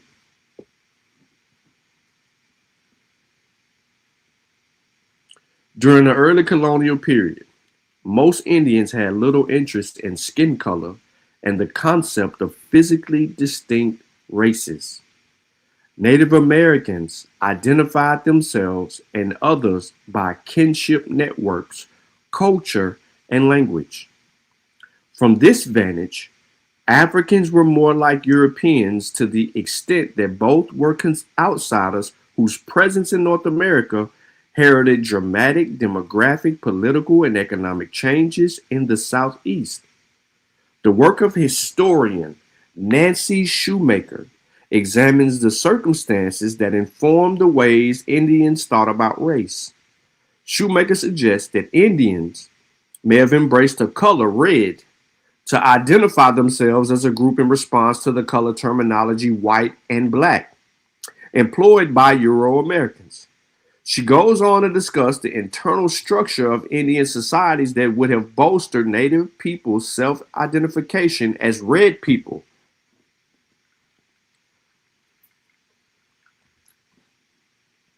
The Southeastern Indian societies embraced a dualistic perspective in which red and white symbols represented war and peace, respectively, taking their white path, for example, meant pursuing peaceful relations between Indian towns and nations. Indians in the Southeast, according to Shoemaker, would have understood the label red as the logical rejoinder to white.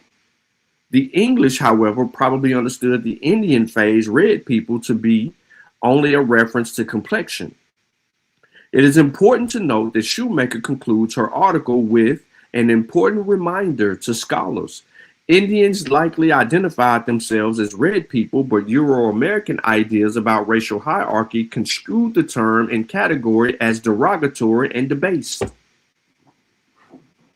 Indians in the Southeast may not have initially shared Euro-Americans' interest in reclassification and hierarchy, but the growing colonial population in the Southeast along the continual expansion of slavery precipitated changes in Native American ideas about race and slavery. Native Americans in each of the 5 principal Southeastern nations held African Americans as slaves. Yet slaveholding practices vary between and even within these nations. Scholarship by Theda Purdue on the subject of slavery in the Cherokee Nation endures as pioneering work in the field. In more recent years, scholars have followed Purdue's lead and examined the development of racial slavery in Southeastern Indian nations, but have also moved towards greater theoretical analysis on the dynamics of race and status within Indian societies. There are very few studies that detail the emergence of Black slavery in the Choctaw and Chickasaw nations, though works by Clara Sue Kidwell and James T. Carson briefly touch on the subject. Among the Creek Indians, who occupied much of present-day Georgia, Alabama, and northern Florida, There was great concern over the rise of plantation slavery in the British colonials. During the late 18th century, Creeks found the extreme distinctions of status between free and enslaved people controlling and were even more distressed by the brutal treatment endured by enslaved. The Creeks, like other southeastern Indian peoples, organized their societies through kinship networks of families joined together by reciprocity, loyalty, and obligation. Through their carefully maintained families and social ties, Creeks ensured a balance of power in their society. From their vantage, the extreme inequality between masters and slaves in the colonies was unthinkable, and it became threatening as the colonial population of Europeans and Africans expanded. This is a clear indication and general breakdown in just a few short pages about the relationships of three different classifications of people. There's not a fourth classification. You have the white man, the European, the Indian, or which is misnamed or misnomer, but we're going to say the Indian and the African. So if you predate the Indian, the white man, and the African, you weren't even brought up or even discussed in the historical record by anyone. We don't believe you. Creeks were not entirely unfamiliar with slave and subordination, but their patterns of slaveholding contrasted sharply with Euro-American model. According to Catherine Braun's work on the Creeks, their slaves had been enemy warriors and non-combatant women and children captured during wars between the Creeks and other Indians. Male captives were usually executed, but women and children were held as subordinates as slaves, within particular kinship groups of clans. Captive women worked alongside Creek women, growing food for their families and consumption and tending to other household labors. The status distinction between the captive women, their hosts, was signaled by the slaves' lack of kinship ties to the host family and clan. Such ties, however, could be established over time through ritual adoption of inclusion. Evidence suggests that some Africans ran away from their Euro-American masters and sought refuge among the Creeks. These fugitives were most likely incorporated into Creek clans through the pattern of subordination and adoption. By the late 18th century, however, Creeks increasingly encountered Africans and African Americans who were owned by the European traders conducting business in the Creek Nation.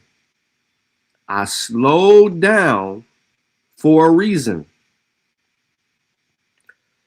because it is a clear indication as it pertains to the Creeks, since there's been a theme today, that they knew who were the Africans and who the children of the Africans were, which would be the African American. And the audacity of you Negroes to think that you predate the Indians is crazy to me. Both Catherine Braun and Claudio Sant have written studies of the Creek Nation that discuss the emergence of black bondage in the Creek Nation.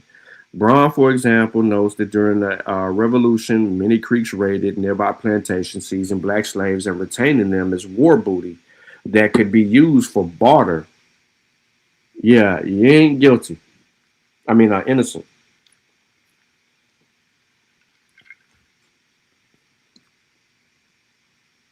And trade with white people on either side of the conflict. So, again, they would raid nearby plantation, seize black people, use them as commodities to sell to other white people, and trade and barter with them in that process, no matter what side you was on. Braun also points out that British traders settled among the Creeks, sometimes marrying Creek women, and often bringing their own black slaves in the Creek communities. The children born to Euro-American traders and their Creek wives inherited this human property, making them some of the largest slaveholders in the Creek nation. Many Creek slaveholders, however, did not seek to replicate the brutality of bondage as existed in the United States, but instead regarded the new pattern of enslaving black people as an extension of older slaveholding practices. So few Creek slaveholders engaged in large-scale commercial agriculture, but instead operated subsistence farms, perhaps producing small quantities of surplus goods for sale and trade. Consequently, many of who enslaved the Creek nation lived with their own families and labored alongside the members of their families. Evidence suggests, furthermore, that Creeks and enslaved blacks occasionally intermarried, making strict racial or status boundaries difficult to locate or maintain. The most notable divergence from the patterns discussed above occurred among the Seminoles in Florida. The subject of slavery and relations between African Americans and Seminoles has been of great interest to scholars studying Black and Indian contact. Kevin Mulroy's book, Freedom on the Border, stands out as a recent study tracing the early contact between African Americans and Seminoles, and the following this history into the middle of the 20th century. The Seminoles coalesced as a group formed from various small bands of southeastern Indians. Like other southeastern indigenous peoples, their early patterns of slaveholding entailed the subordination and eventual adoption of war captives. Among the Seminoles, captains owed their host an annual tribute of food and livestock and loyalty in battle. European observers noted that the Indians enslaved the Seminoles, dressed and elaborated on their captives, and enjoyed the same privilege of freedoms as Seminoles. In the 18th century, Seminoles encountered Africans and African Americans when they later fled their Euro-American masters and headed further south to Florida. The region was a Spanish territory. Royal edicts dating back to the 1680s extended freedom to slaves who fled to Spanish soil. Spaniards relied on both those fugitive slaves and Seminoles to assist in the military campaigns to defend Florida against the British. This early contact between African Americans and Seminoles included, of course, intermarriage, making distinctions between blacks and Indians difficulty of arbitrary. Consequently, many of people today choose to use the term Black Seminoles. Or like Mulroy, the term Seminole Maroons to describe the runaway slaves who settled among the Seminole. You got people going on people's live streams, bringing up Panama, talking about they kin to John Horse, Abraham, and all these other people that were Black Seminoles, but then don't want to take on the acceptance of their Africanness and how they were of African descent, to just side with just being a Seminole Indian. But that's another topic for another day. The presence of the established community of African Americans and Indians close to bargaining plantations of the Deep South must have given hope of the escape to those who were enslaved in Euro-Americas and surrounding regions. The similar proximity to the southern states and their willingness to give refuge to fugitive slaves, however, caused great consternation among southern slaveholders. Consequently, the United States first sought to relocate the Seminoles to more southern reaches of Florida and later engaged in a protracted military campaign to remove the Seminoles entirely from the South. The latter wars, known as the Seminole Wars, occurred during the 1830s and 40s and were protracted affairs due to African Americans and Seminoles' fierce resistance against removal. Although African American participation in the war has been covered in detail by Kenneth W. Porter In his 1971 work, The Negro of the American Frontier, this history remains virtually absent from studies of slavery and resistance in American South. Milroy credits the fugitive slaves with fostering and strengthening Seminole opposition to removal. Indeed, when General Jessup assumed command of the U.S. forces in Florida in the winter of 1836, he remarked, "This, you may be assured, is a Negro and not an Indian war. And if it be not speedily put down, the South will feel the effects of it before the end of next season." One more time, he said, "This, you may be assured, is a Negro war, a Negro and not an Indian war. And if it be not speedily put down, the South will feel the effects of it before the end of the next season." Ultimately, however, the Seminole Nation, both Indians and fugitive slaves, were removed west to the Indian Territory, present-day Oklahoma, where they joined the other Indian nations, the Cherokee, Creek, Choctaw, Chickasaw. They had already been forcibly removed and relocated. It is worth noting that not all black Seminoles were removed to the west. One more time, not all black Seminoles were removed to the west. What happened? So anthropologist Rosalind Howard writes a book. What's the name of her book? Black Seminoles in the Bahamas, about the early 19th century flight of some of the black Seminoles from Florida to the Bahamas, where they hopped to find safety and refuge from American raids. In the first chapter of her work, Howard traces the black Seminoles early devoted to present-day community of Bahamian black Seminole descendants, most of whom lived in Red Bays and Andros Island. Despite the wealth of evidence pointing to the relative freedoms enjoyed by the African Americans who were enslaved by Indians, episodes of resistance remind us that slavery necessarily entailed some form of degradation. Although African Americans enslaved Native American nations often lived and labored on their own and were not subject to dehumanization and brutality that characterized slavery in the southern states, their efforts to flee their Indian masters point to their determination to exert control over their lives. So in 1842, for example, over 100 African Americans enslaved in the Cherokee Nation ran away from their masters and attempted to cross Texas with the hope of reaching Mexico. Their plan ultimately failed, and they were captured and returned to their masters. I think that's a lie. Another well-known episode occurred in 1849, where slaves under the leadership of a free black Seminole made a successful escape to Mexico. Little and Underhill, 1977. Now, in McLaughlin, 74. During the Civil War, enslaved people in the Indian Territory, like their counterparts in the southern states, seized opportunity to liberate themselves. Each of the 5 tribes, with the exception of the Seminoles, split into Union and Confederate factions.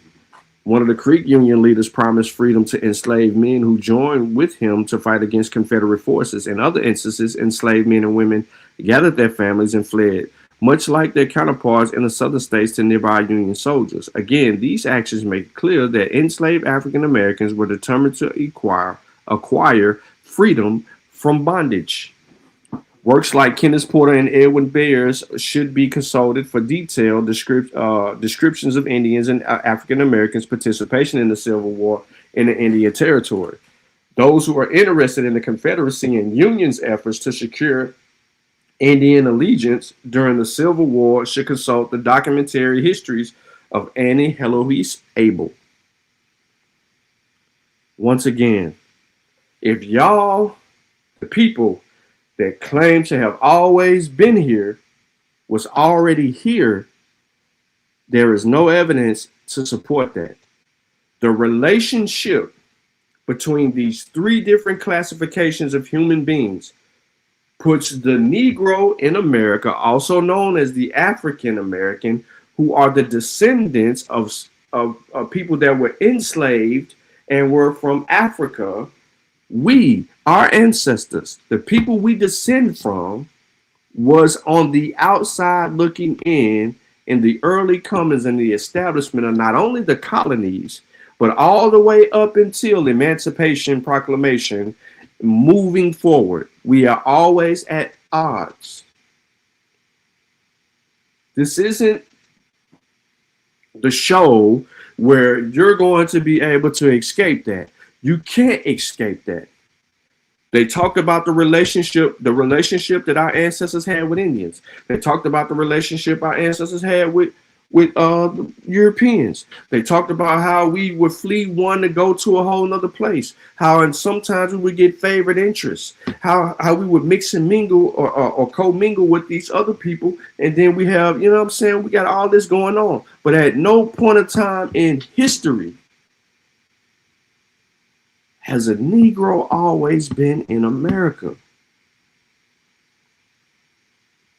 And these examples and talking about the 1800s specifically is telling you that, man, not only were you not here, but your ass bowed down to two different groups of people forcibly because of the European narrative towards you. And because the Indians didn't want to be seen as condemned to slavery in most instances, like blacks, a lot of them took up the racial connotations and attitudes of Europeans toward us. Wrongfully so. John Henry Clark had told you motherfuckers we ain't got no friends. History has shown us that we ain't had no motherfucking friends. Even when people matured up to a degree to where we could work cohesively together, somebody has turned their back on us in a situation and left us out there to dry. And so, an enemy of the enemy is a friend. We gonna work with the ops. Not all of them was ops, though. I can't just say that. So, slaves in Native American nations were emancipated after the Civil War. So in 1866, when the Cherokee, Creek, Choctaw, Chickasaw, Seminole, East signed new treaties of the United States, the treaties contained numerous provisions. They laid the groundwork for the dissolution of tribal sovereignty, and they set out the criteria and procedures for freed slaves to obtain Indian citizenship. In general, this is where the confusion come in. This is why y'all black asses think about reclassification and all this, all reconstruction and all of this whole shit. Because after the war, treaties were signed.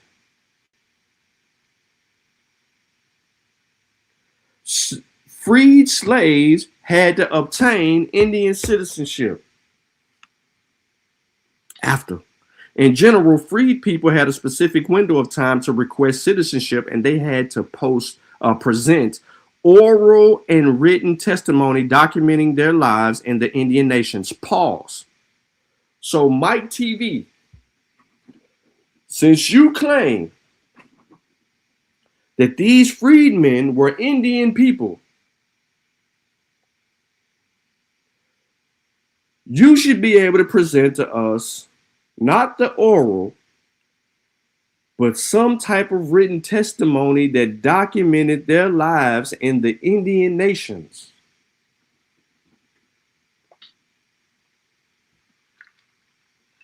How you gonna get some black people documenting some shit about their time amongst Indians if they already the Indians? You're at odds now with the requirements of evidence that would need to be used to justify a position that you claim you hold. What up, Squally? Hey, yo, look at the chat. Squally in the chat. We got Vernell, cousin in the chat. Squally. What it do, Squally? Vernell, cousin in the chat. Yes, sir. Peep game. From the outset, the issue of freed people status in Indian nation was framed by U.S. Indian political relations and by competing conceptions of race and status. Congress viewed these African Americans as former slaves, needing the rights of freed people, but also a group that seemed more Indian than black and should therefore remain among the Indians. The white man said, them y'all slaves.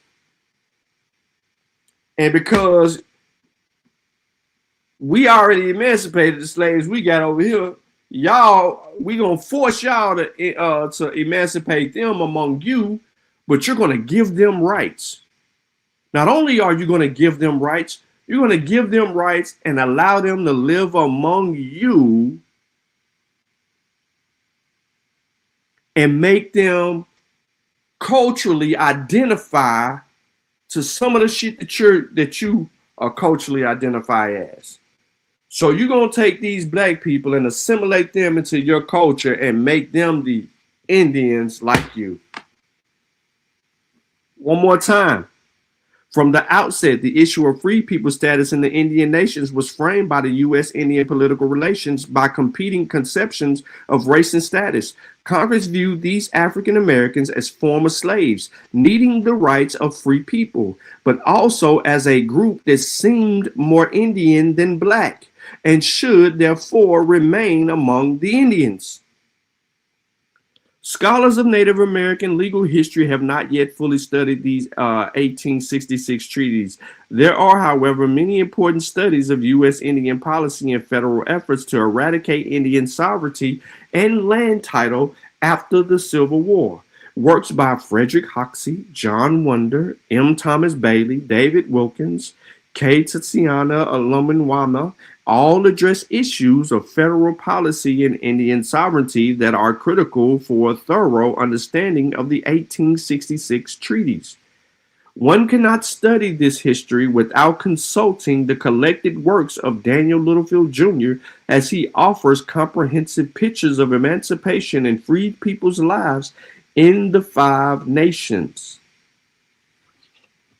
Drawing on Littlefield's studies, historians and anthropologists are now going on to analyze the definitions and dynamics of race that came to inform relations in the Indian nations after the Civil War. From 1866 until 1907, when the Indian Territory became the state of Oklahoma, Native American nations struggled to maintain their sovereignty against the political and physical incursions of the Congress and illegal white squatters. In their efforts to shore up their cultural and territorial boundaries, the nations altered their definitions of Indian identity and citizenship, thus ensuring the exclusion of not only their former slaves and unscrupulous white men seeking Indian wives and access to Indian lands. Hold on 1 second. Hello? Yeah, Jenny. Great. All right, thank you.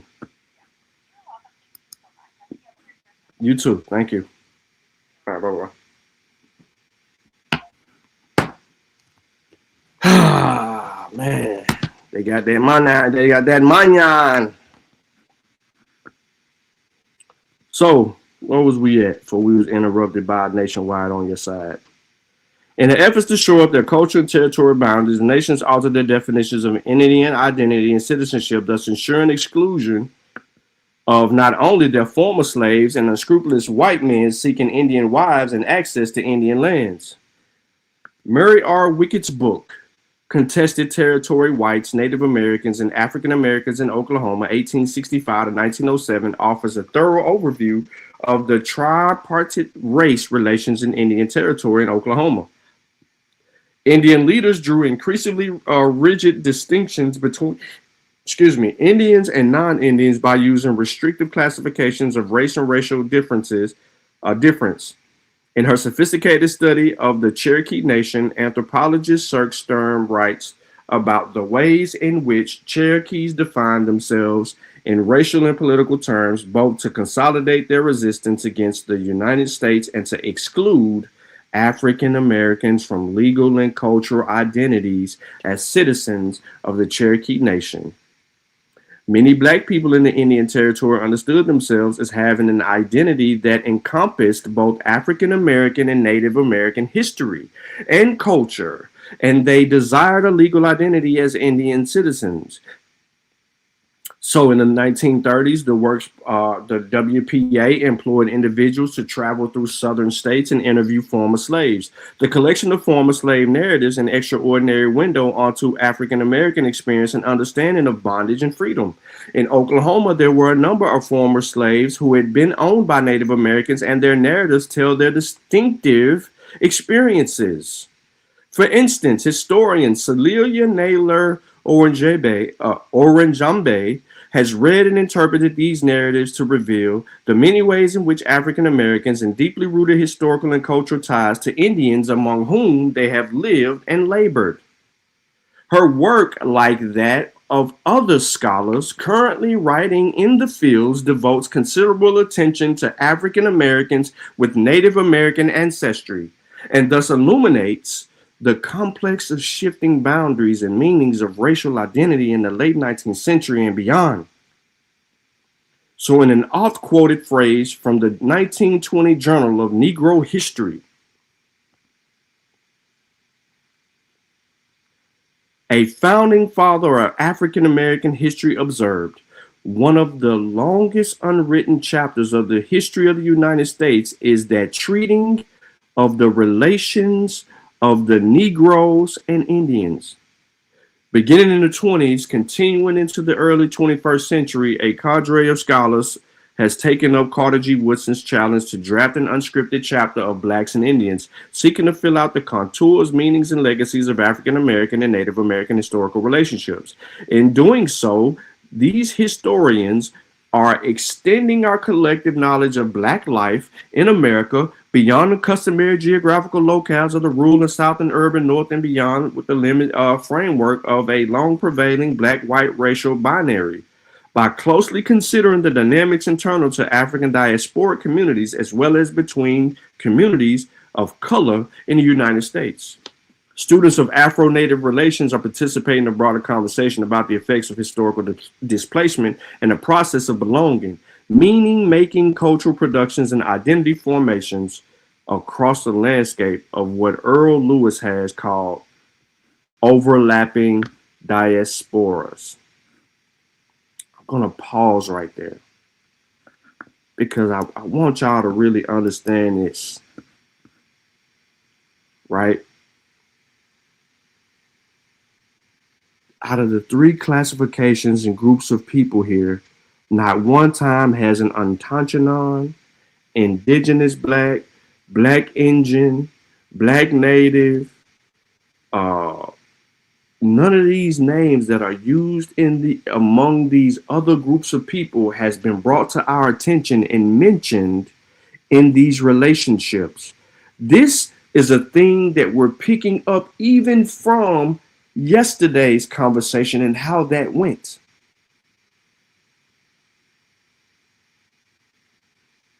There wasn't 4 different classifications and groups of people. They didn't take Black people and say, hey, these are the Negro Africans and these are the Negro Americans. They didn't do any of that. They knew exactly who was of African and African descent. They told us, here's the Africans, and then here's the children of the Africans, which would be the African Americans, which would mean they were born here, but their parents came from Africa. So all the while, we got a group of people impersonating some shit that they're not even on, or negating the Africanness in who they are as a people. We started with Mike TV because that was an example in the footprint of the show, because it is clear in this whole thing that that's exactly what he's doing. He's denouncing his Africanness, and then he is misappropriately claiming some Indian business that he ain't even associated with. None of these dudes, Even though the Europeans say, listen, some of y'all were enslaved by these Native Americans, walked on a trail of tears, lost life, family members, etc., along that trail. But when y'all finally ended y'all ass up in Oklahoma, and all this shit transpired between the North and the South, y'all got emancipated after the fact. So y'all black asses stay right on over there in Oklahoma and try to be like the Indians. So instead of having that argument, right, y'all have immediately dismissed all of that and try to eradicate the Native Americans who are the actual descendants of people who populated this motherfucking the Americas first. And then y'all don't even want to get into all the specifics. The dynamics of this shit that y'all are doing online is crazy. Right? Y'all heard me shout out Squally. You know what I'm saying? Right there. He put it in the chat. Cujo is an Akan name. I don't know what he's talking to. I don't know who brought up that. But, you know. Oh, he talking about, okay. My granddaddy, King Cujo, was interpreter of Billy Bowlegs during the Seminole Wars, and Cujo Keys in Florida is the name after him. Look it up. Gotcha. He telling us. This is Vernell's cousin. Cujo Creek, Oklahoma is also named after him. Look it up.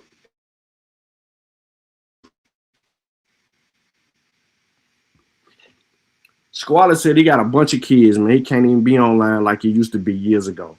Because Squally used to show up. Squally, one of the reasons that we knew about the relationship, and Vyasa, that we knew about the relationship between the Negro and the Indian, and how all these paths crossed at a particular point.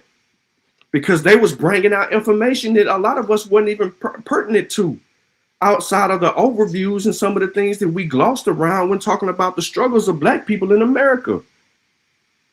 They never denounced their Africanness.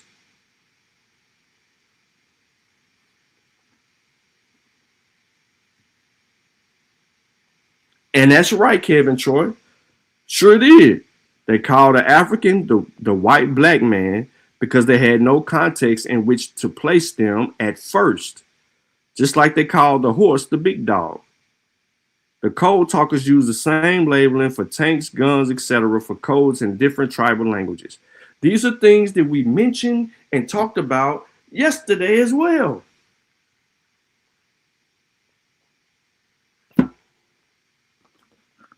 So I stop right there because the chapter goes on a little bit longer. And it's going to be a whole lot of other stuff that is going to be said, and then we'll be cultivated and captured into this. And my ass, I got somewhere to go. But before I go, get myself ready.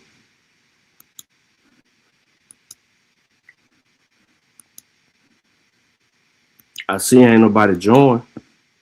Them abos came in and came out. They came in and came out and had no argument. And then Barry Payton show up 2 hours late to the show. 2.5 hours late, Barry. We finding your 50 push-ups.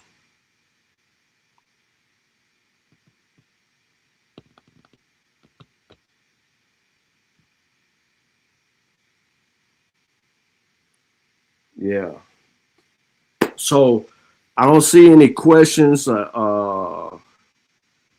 the chat for me specifically, but I would love to answer any if anybody got any. Trying to sound like what the internet Indians trying to do. We got EIE in the building. Respect, Sean. What's up? Respect, man. I just called to find out if you're black, my dog. You just came up here to see if I was black? No, if you blocked me, because for some reason, you can't come in? Yeah, I can't comment. The No, shit, ain't no fucking way you block. Hold on, bro. Let me see y'all. I'm trying to comment, and the shit say only, and I keep on. I had to unsubscribe a couple of times, then subscribe. The shit still won't allow me to comment. I'm Hold like, on. what the fuck? Yeah, how we gonna block you, bro?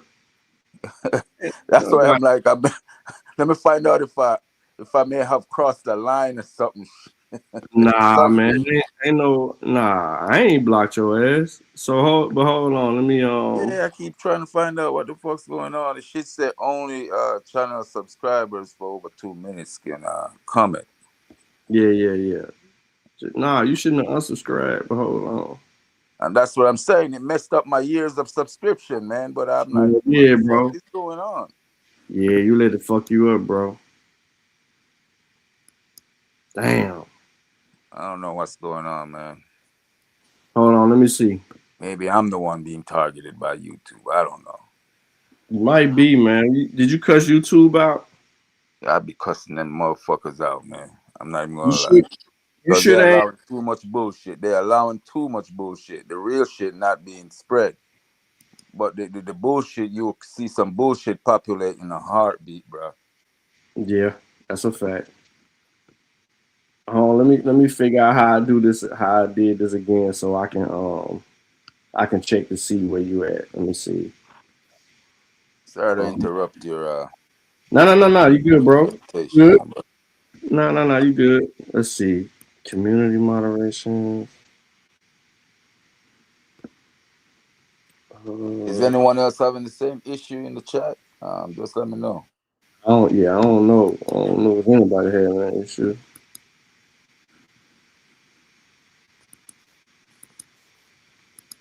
Let me get that ain't the right one.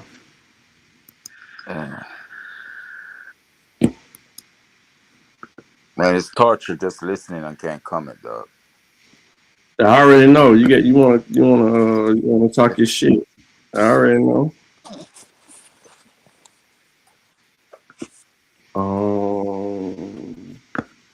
Hold on.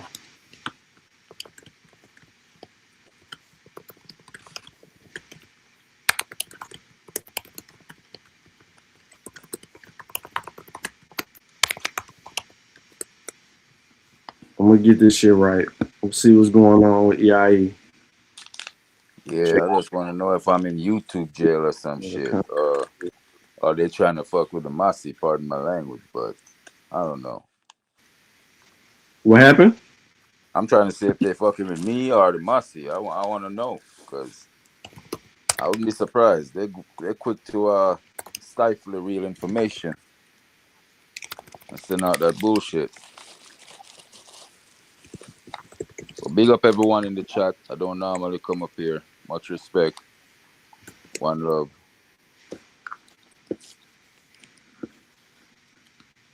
All right, do me a favor. Yes, sir. Nah, don't do it yet. I was about to say, I'm gonna just wait. Give me a second. Black people YouTube using computer. Man, I'm so sorry to break the flow. No, you But I good. waited until you say you're almost ready to go. Yeah, I got you. So browse the list to the left side on the page and look for settings button. Hold up. Studio. Let's see. Browse. What? That made no sense. All right, settings. Find the X icon. What I'm looking for, bro.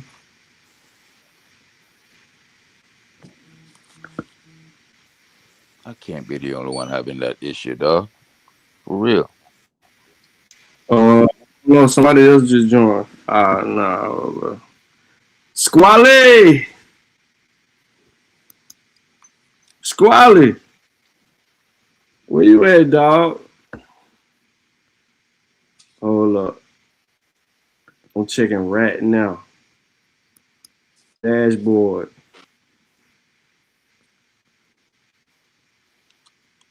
I don't see nothing so far.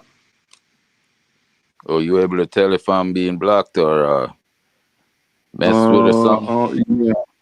Oh, I'm trying to see now. Settings.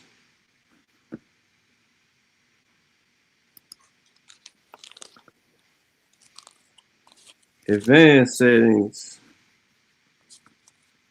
None in advance. Permissions. And community moderation. User management. All right, so I got my moderators. I see them. EIE, I don't see you on here. For real? So you're saying I'm not even on the chat? You're not seeing me? Wait a minute, man. Go comment. Yeah. Go comment in the chat. Hold on.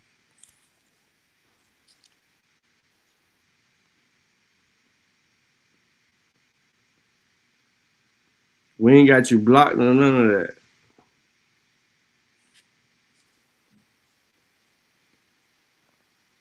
Hold on, man.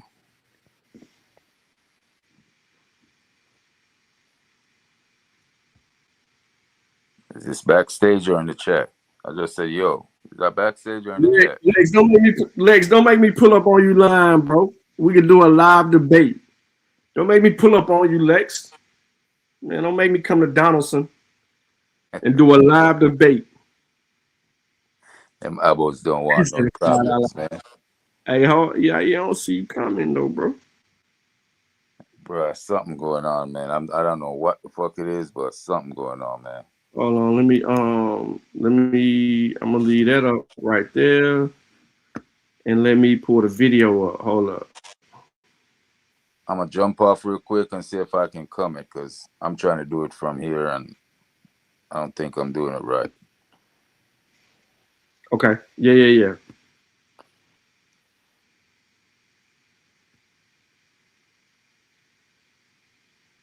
Mika, you number one commenter. Shut up.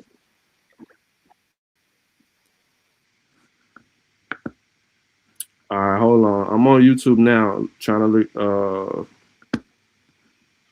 pull the chat up on my laptop. Yo, this motherfucker ain't. All right, there you go. All right, let me see. I can't see EIE doing nothing.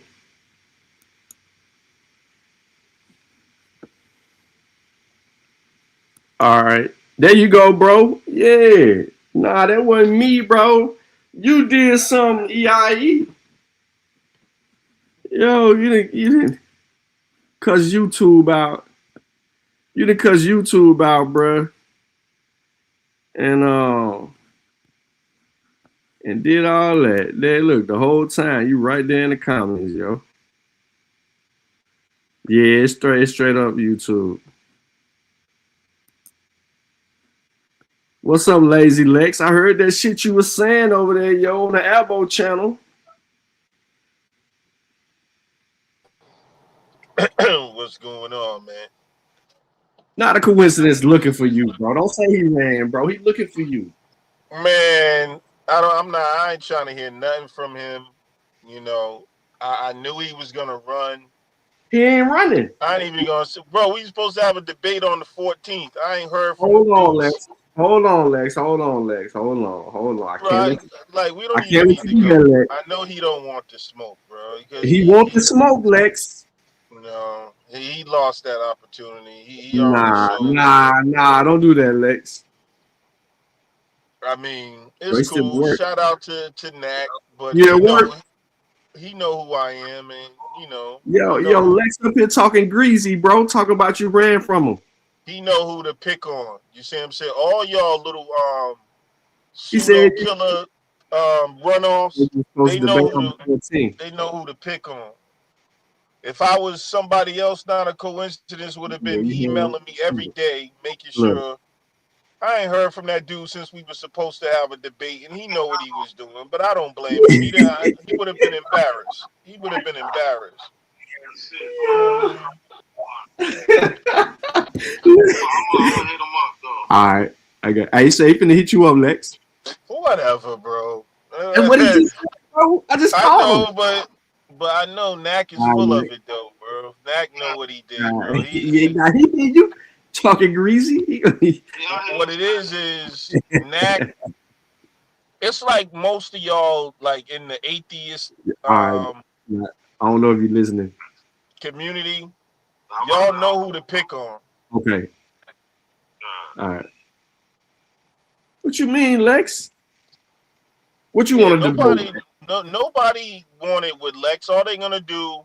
What you want to for years? What you want to debate? Whether it be the Sudi killers, Marcy, all they can do is get personal with Lex. They know not to. Ain't nobody getting personal with you, Lex. What do you want to debate? I mean, really, there's really no debate. Pan-Africanism is dead. The Outer Africa theory is dead. So what you want to debate? Who killed Pan-Africanism? You guys are fake Africans. Ain't nothing African about you. Who killed Pan-Africanism? It killed itself because it just never was something that was a real. They just had a Pan-African conference. And in Burkina Faso. What are you talking about? They've been having Pan-African conferences since the late 1800s, bro. Chill out, Lex. So how's the Outer Africa dead, Lex? Oh, Outer Africa, that is just a silly, made up, racist white man story. It's just why would the white man want to give credence to Africa about the origin of humanity? That serves no purpose. No, yes it does. It doesn't. You got tricked. He does that so he can make you can't trick me. I'm gonna tell you what he did. He did that so he made you a monkey and you accepted it. Nah. Because what he told you. Lex, we ain't monkeys. Let me tell you what happened. I'm gonna tell you what happened. You driving around. Black people got excited, like a lot of the, shout out to a lot of our elders. Bro, no. Hold on, bro. In the 1800s, bro, they sitting here saying this around the 1900s. What black people was getting excited about that shit, bro? No, listen to what I'm saying. I'm not saying that when it first, but the Outer Africa theory, period, it fed into Afrocentric thought. No, because they thought, oh yeah, it all started because remember the Afrocentric thought, it was like, yeah, all civilization started in Africa, and so they seen Darwin's racist monkey theory as a kind of a confirmation, but it's kind of more of a degradation, saying that Africans are closer to the hominids. Hey, Lex, I don't mean to cut your wisdom, bro, but we're gonna have to have this conversation another time, bro. I'm behind, I'm late. So what we're gonna do is we're gonna talk about Outer Africa, and I want you to get all your shit out, bro. And then we can build from there. I heard what you just said, and then we can build from there. And tell Knack, that's a shame what he did. But I knew he was gonna do that. All right. You know what I'm saying? Just get your sources ready to have this conversation about your claims about the Outer Africa theory, and then how it pours into Afrocentricity and what Afrocentricity is, and then we'll build on that one day. But listen, I gotta go though, for real, yo. All right, peace, bro. Yeah, all right, bro. I'll catch y'all later, man. I gotta get to where I gotta get to. I'm supposed to be there by 6, so I gotta beat the traffic and all that and get where I'm going, and I still gotta get dressed. I ain't dressed. From Africa, but they will be able to tell you about Africa. They wouldn't be vaguely saying they from Africa, brother. Like when a European says I'm from Europe, he doesn't say I'm from Europe. He says I'm from Germany. I'm from a particular province. I still got people out there, right? When people say hold on. When people say they from Asia, they tell you where about from Asia they from. They tell you their province. They tell you they still got people out there These people will confirm that they are indeed a part of their heritage. But you niggas was calling y'all African? Oh, mysteriously, you have no contact with the people you say you descend from. So I don't believe you. Bro. Hating Africa and hating the African, we ended up even hating ourselves without even realizing it. Because you can't hate the roots of a tree and not hate the tree. The roots of a tree and not hate the tree. You ain't no Indian, please try again. Everybody know you's an African. And Malcolm X said, you can't hate the root without hating the tree. Now take a look at you, you's a wannabe Cherokee. And I told you before, you need some therapy. And why you never show the genealogy? You owe your ancestors an apology. And you know they turning over inside of their graves just because you don't wanna come from a slave.